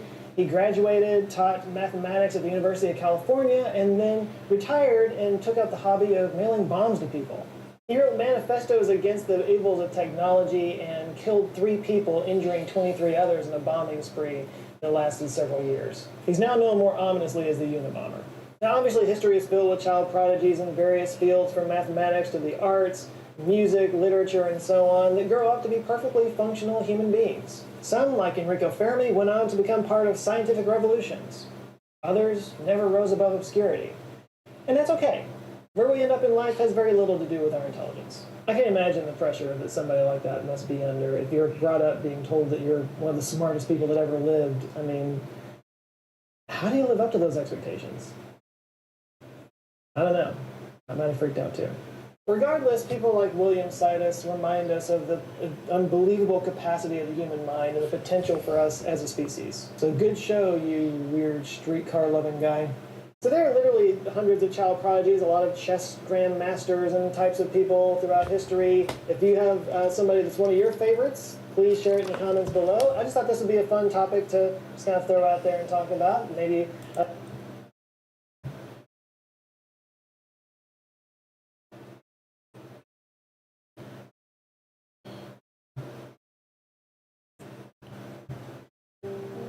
On July 13, 1944, William James Sidis's landlord found him unconscious in a small Boston boarding house. He had suffered a massive stroke and lay dying. William may have been the smartest person who ever lived. His IQ was somewhere between 250 and 300. To put that in perspective, Einstein's was estimated to be 200. William's parents were brilliant Ukrainian Jewish immigrants. Boris Sidis was a renowned psychologist. Sarah Sidis went to medical school at a time when few women did. William, or Billy as he was known, learned the alphabet by 6 months of age. At 18 months, he could read the New York Times. He enrolled at Harvard University at age 11. When he graduated, William told reporters he intended to live the perfect life, but that would not come to be. William James Sidis was born on April Fool's Day, 1898, in New York City. Violent anti-Semitic attacks in Ukraine, which was then part of the Russian Empire, drove his parents to the Promised Land, where they met when Boris tutored Sarah in English. She encouraged him to go to Harvard, where he studied psychology and used some of his psychological principles to help mold his son. He said, "You know the old saying, as the twig is bent, the tree's inclined. Parents cannot too soon begin the work of bending the minds of their children in the right direction."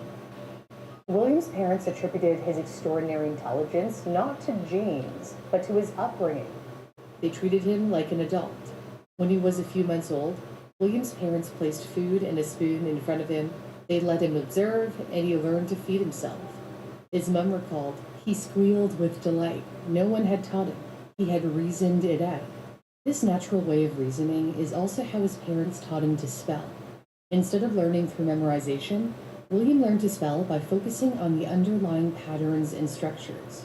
For example, if he learned the word bat using letter blocks, then he understood that modifying the word by, say, swapping out the A for an E would form a new word with a different meaning. In the way that he learned to spell, William learned 8 languages by the age of 8, by understanding the fundamental principles of language structure. Besides English, he knew Latin, Greek, German, Russian, Hebrew, Turkish, French, and Armenian. He even invented his own language as a child, Vendergood, which drew on European influences. Instead of reading him fairy tales at bedtime, his parents read him Greek myths, which helped him learn about the planets. Jupiter is named after the Roman god Jupiter, which is adapted from Zeus in Greek mythology. Every moment was an opportunity to learn. William had no desire for or interest in playing with toys. He didn't play sports or any games at recess. His father thought such childish pursuits were silly and meaningless. William also had a tremendous fear of dogs. Good girl.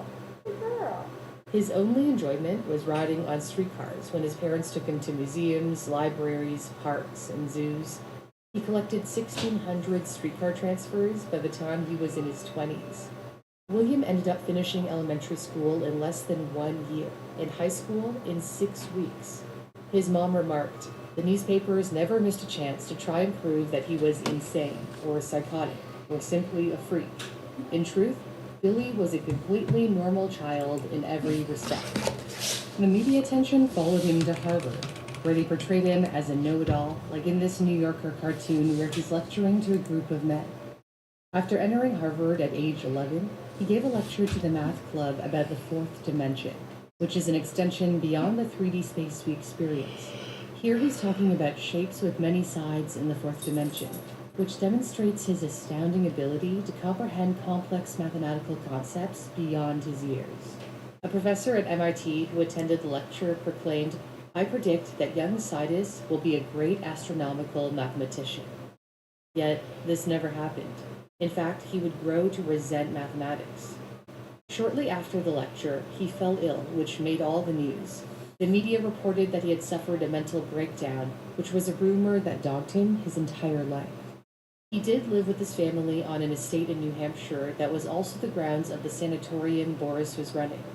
William only returned to Harvard several months later and never fit in.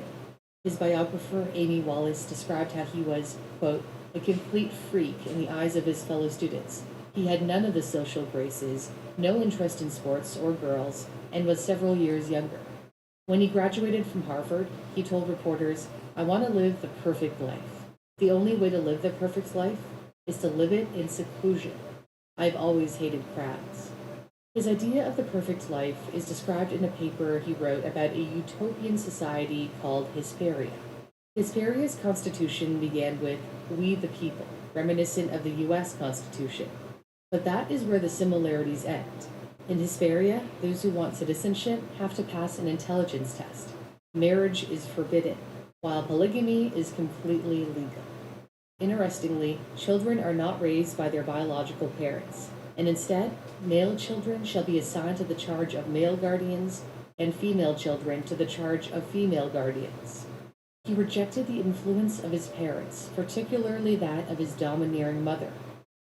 After leaving Harvard, he took up a position teaching mathematics at Rice Institute, now Rice University in Houston. He was 17 years old. Just like at Harvard, William didn't fit in at Rice. Students teased him for never having kissed a girl. Girls faked crushes on him as a joke. He stayed at Rice for only 8 months, and then enrolled at Harvard Law School in the fall of 1916.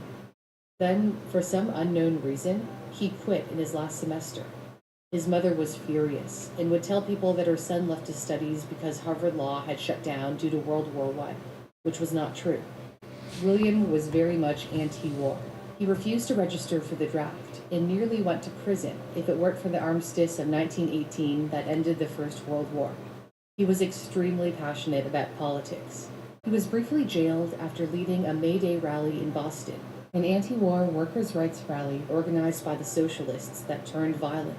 He rebelled against the capitalist system that propelled his parents from their status as poor immigrants to a position of success in American society.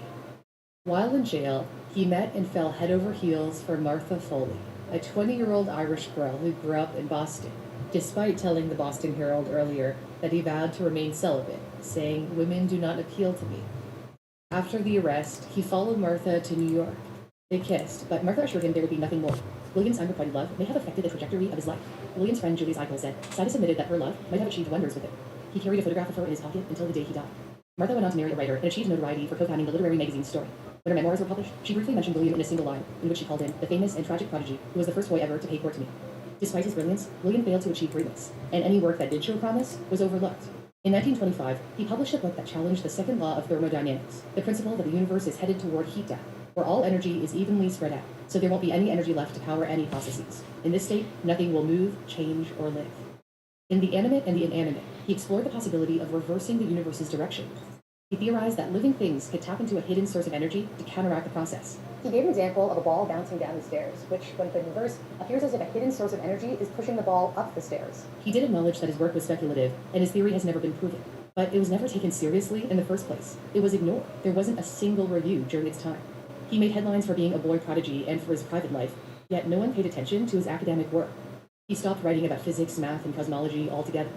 While in New York, he took on menial jobs, including working as an operator at an office that was using an early mechanical calculator called a comptometer. The papers were all too keen to splash the headlines about the boy wonder earning an average wage of $23 a week. He hid his genius from his coworkers. When they found out who he was, he'd move on to the next job. He refused to accept higher-paying work in which he had to use his intellect. Once, he was offered a job with a railway company who tried to put him to work solving their technical problems. One of the officials later found him crying. William told him he couldn't bear the thought of doing math. Another time, a cousin needed his math skills to help solve a dental problem involving the alignment of teeth. He offered William $3,000, the equivalent of $55,000 today. It would have taken him 2 hours to solve, but he refused. William's biographer concludes he could not take a job of complex figuring without risking emotional and physical illness. His entire life had been defined by pressure to perform at a high level. at the expense of mastering basic life skills. He confessed to an aunt that he had never been taught to tie his shoelaces. His parents may have provided him with an exceptional education, yet they failed to teach him the basics of grooming. He didn't shave regularly, wore a worn-out cap. He reportedly didn't bathe, or at least not often, and the stench was said to be brutal. When his father suffered a stroke and died in October 1923, he never attended the funeral. According to William's biographer, the reason was that he refused to see his mother. William hated that she dominated him as a child. The Siduses didn't raise their other child with the same intensity. William's younger sister Helena did not get a formal elementary or high school education. Helena said that her father had become so fed up with William that he didn't want to educate her. She was also seriously ill as a child. Nonetheless, she thrived under the guidance of her brother, who taught her how to read and write, and she passed the entrance exams to attend university. In his 30s, William settled in Boston, again doing menial jobs. The media had a heyday when they found out he was working as a lowly office clerk. An unflattering article in a Boston daily newspaper read, William J. Sidus, now 39, was once declared by a group of eminent scientists to be a coming innovator in the field of science, with potentialities as great as Einstein and as brilliant as Marconi. Yet yesterday, a Sunday Advertiser writer found him in a small room, wallpapered and dark, where for the past 5 years he has lived unknown, unsung, uncared.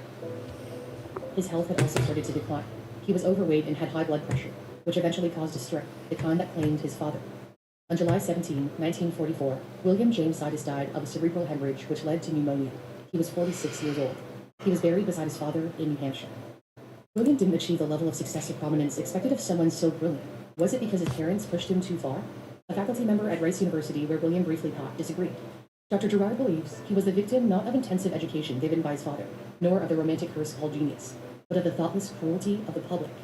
The New York Times once excitedly described William as a wonderfully successful result of a scientific forcing experiment, and as such furnishes one of the most interesting mental phenomena in history. As we now know, early success did not guarantee a fulfilling and successful life. If William had a different upbringing, the outcome of his life might have been entirely different. One thing that's certain is his exceptional mastery of science and mathematics. If you'd like to sharpen your skills in STEM, I recommend Brilliant.org, a website and app where you can answer puzzling questions like this. A cup of warm water is suspended in a large pot of water held at a steady boil. Will the water in the cup ever boil?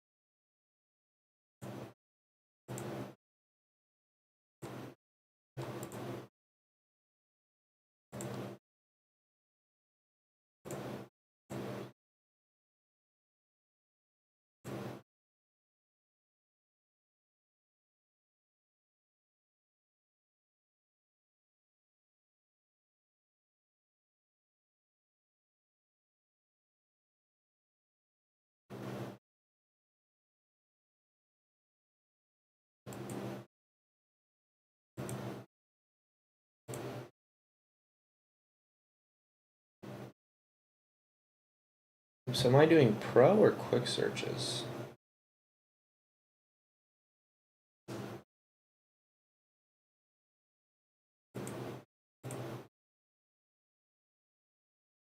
Oh, I see.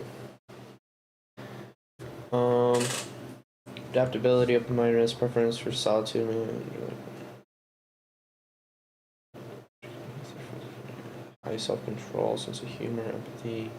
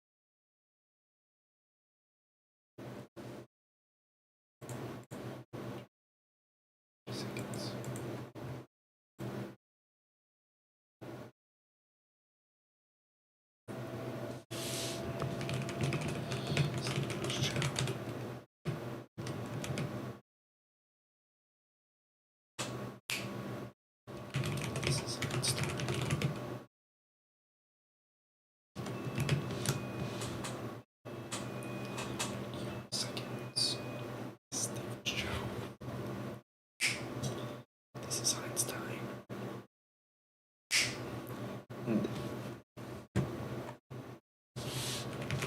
This AI in 16 years.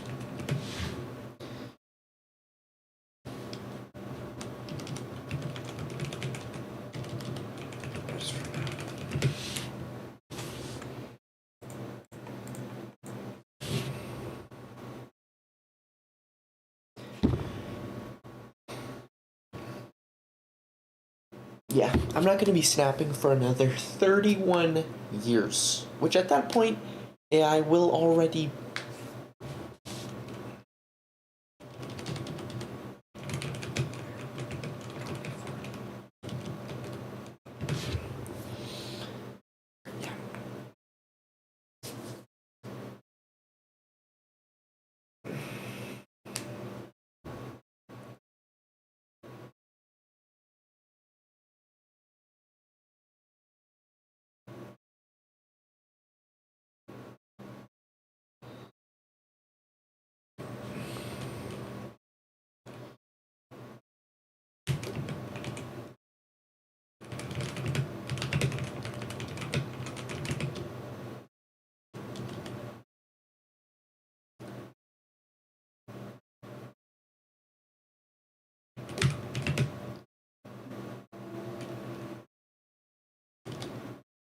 Try waiting 31 years.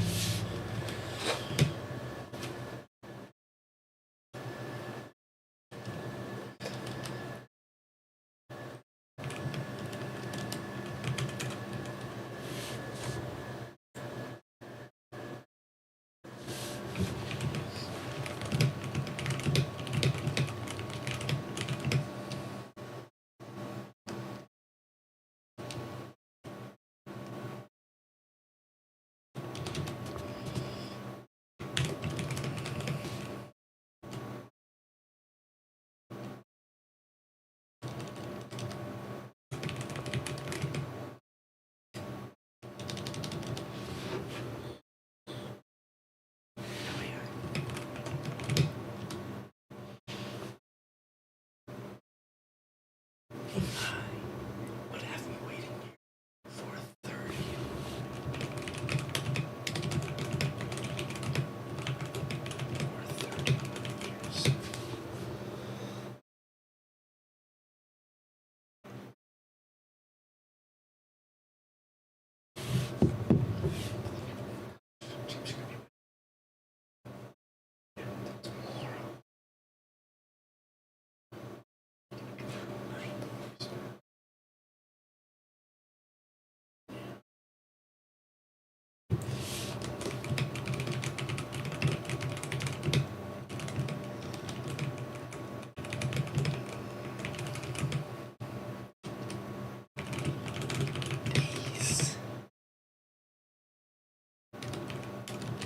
Weeks.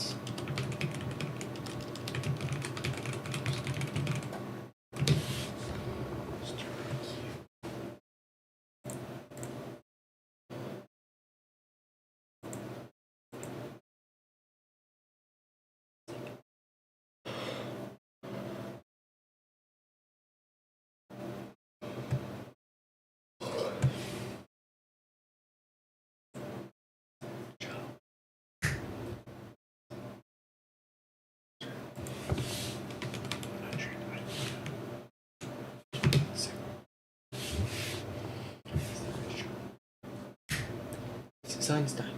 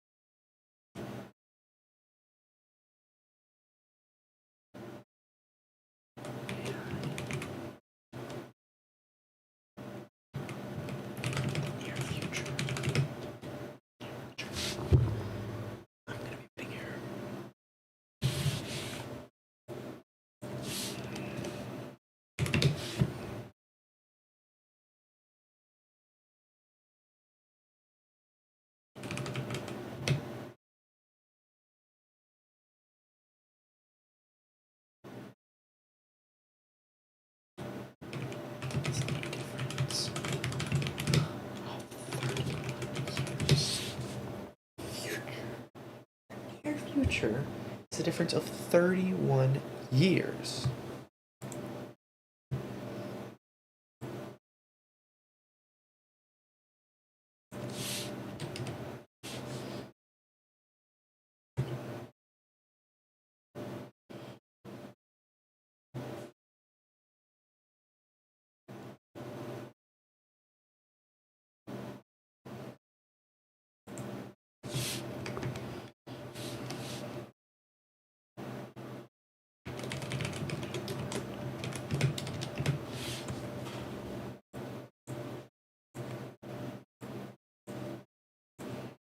Two.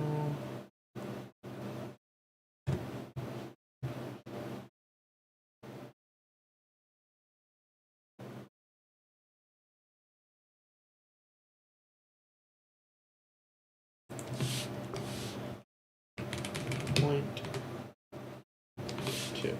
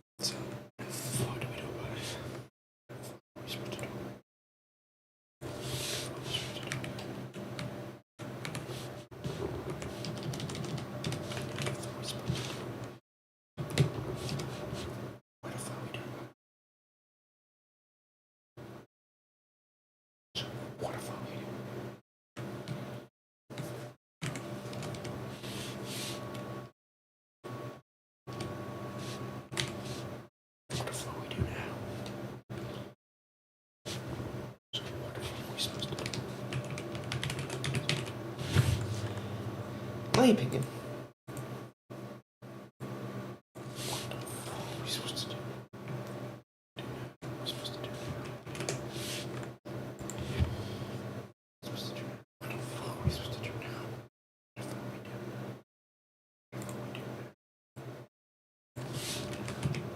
So what if we do now? So what if? So what if? What if?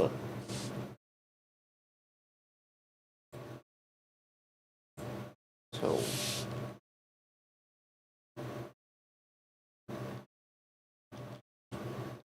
What should we do?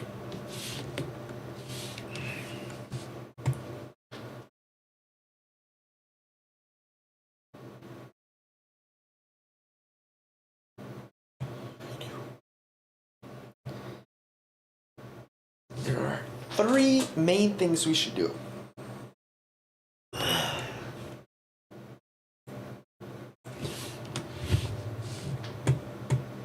Mo Gaudit, an AI expert. We should do, which I derive from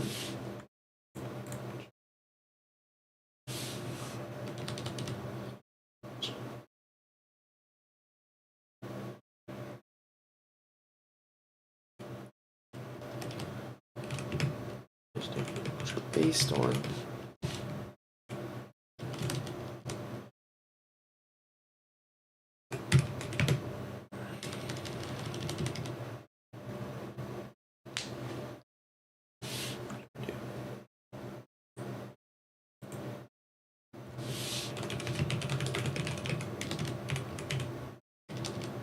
there isn't much that we know.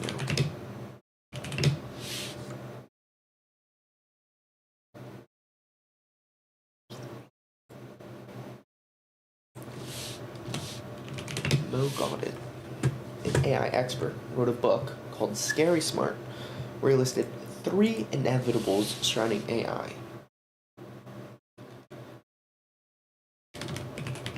So I have 3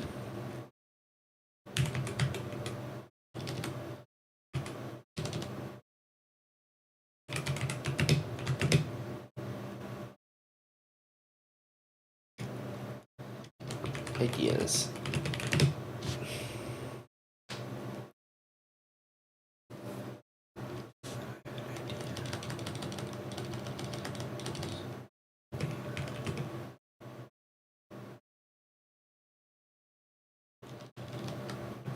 So here are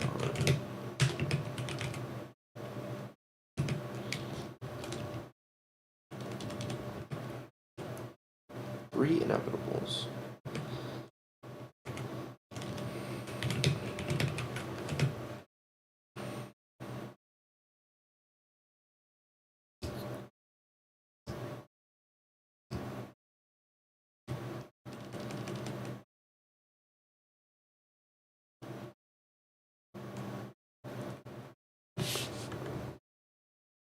Based on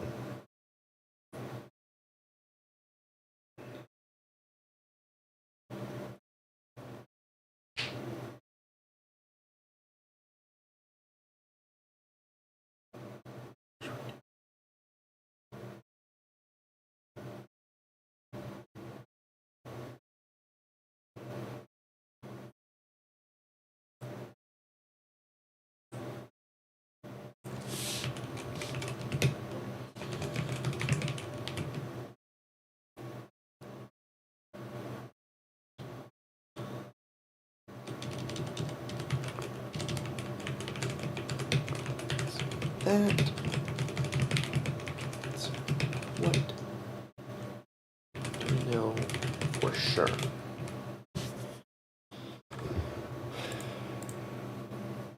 For sure. Mo Gaudit, an AI expert, wrote a book called Scary Smart, where he listed 3 inevitables surrounding AI.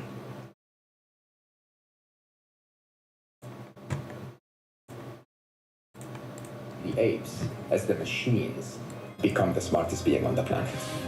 If we start to reimagine The apes is about the intelligence of a billion with a B. That is, in comparison to, say, the intelligence of Einstein, we would be the intelligence of a fly.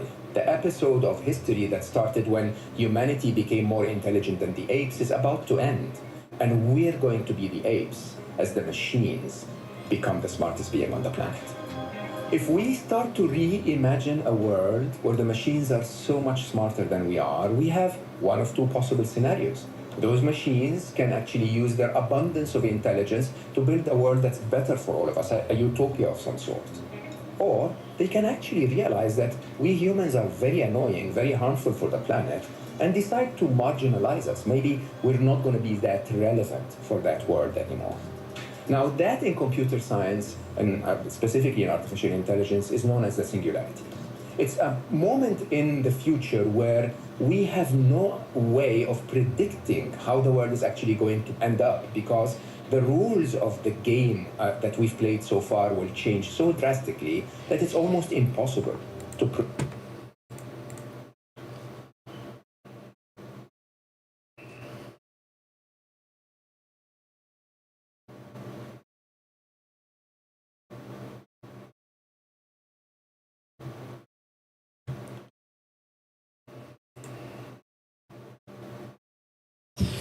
31 years.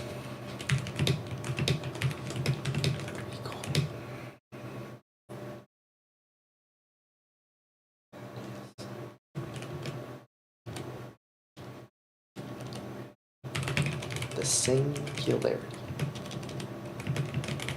Point. Physics. Singular. Wait, where?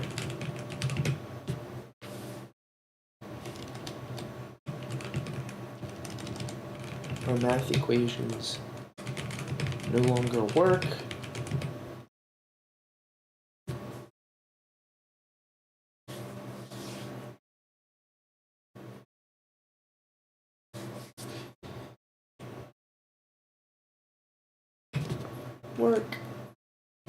And thus, beyond that point,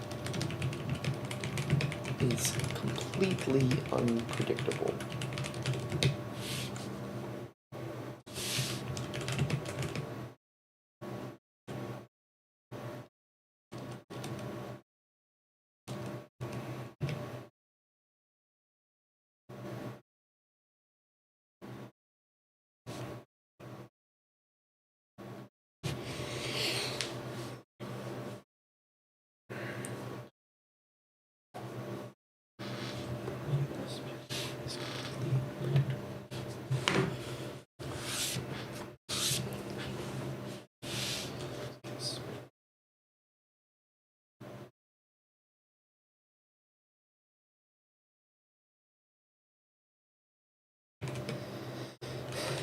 Technology.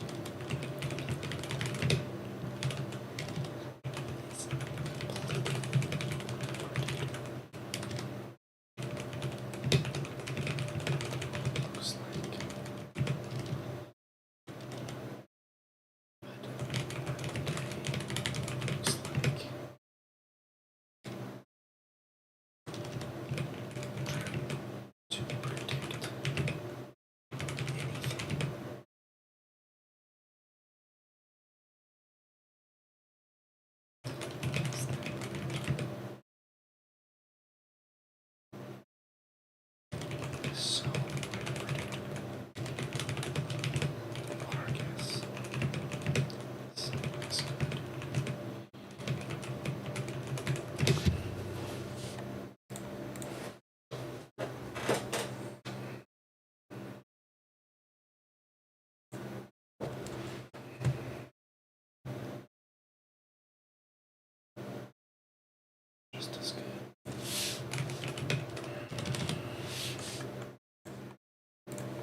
predict what is about to happen. The third inevitable, of course, which we know in technology in general,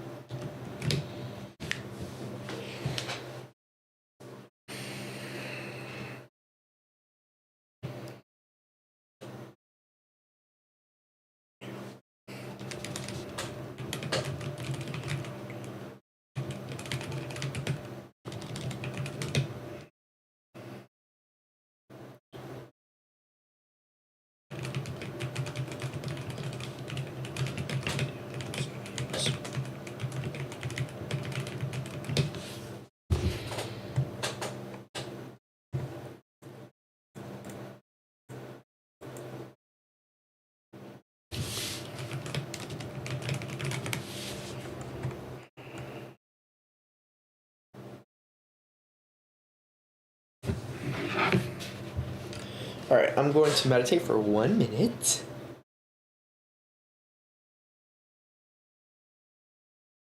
Meditate for 1 minute.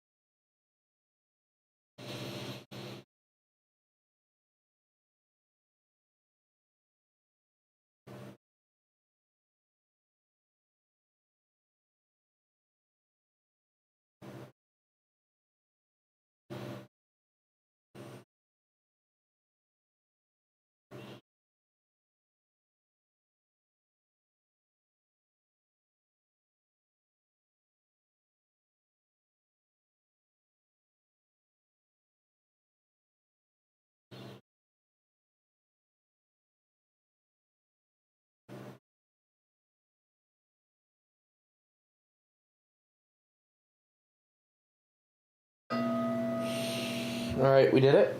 Oh shoot.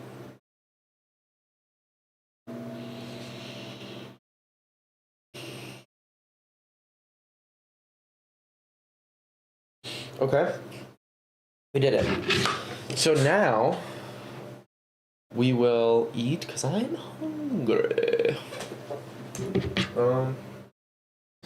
Should I end the live stream or no?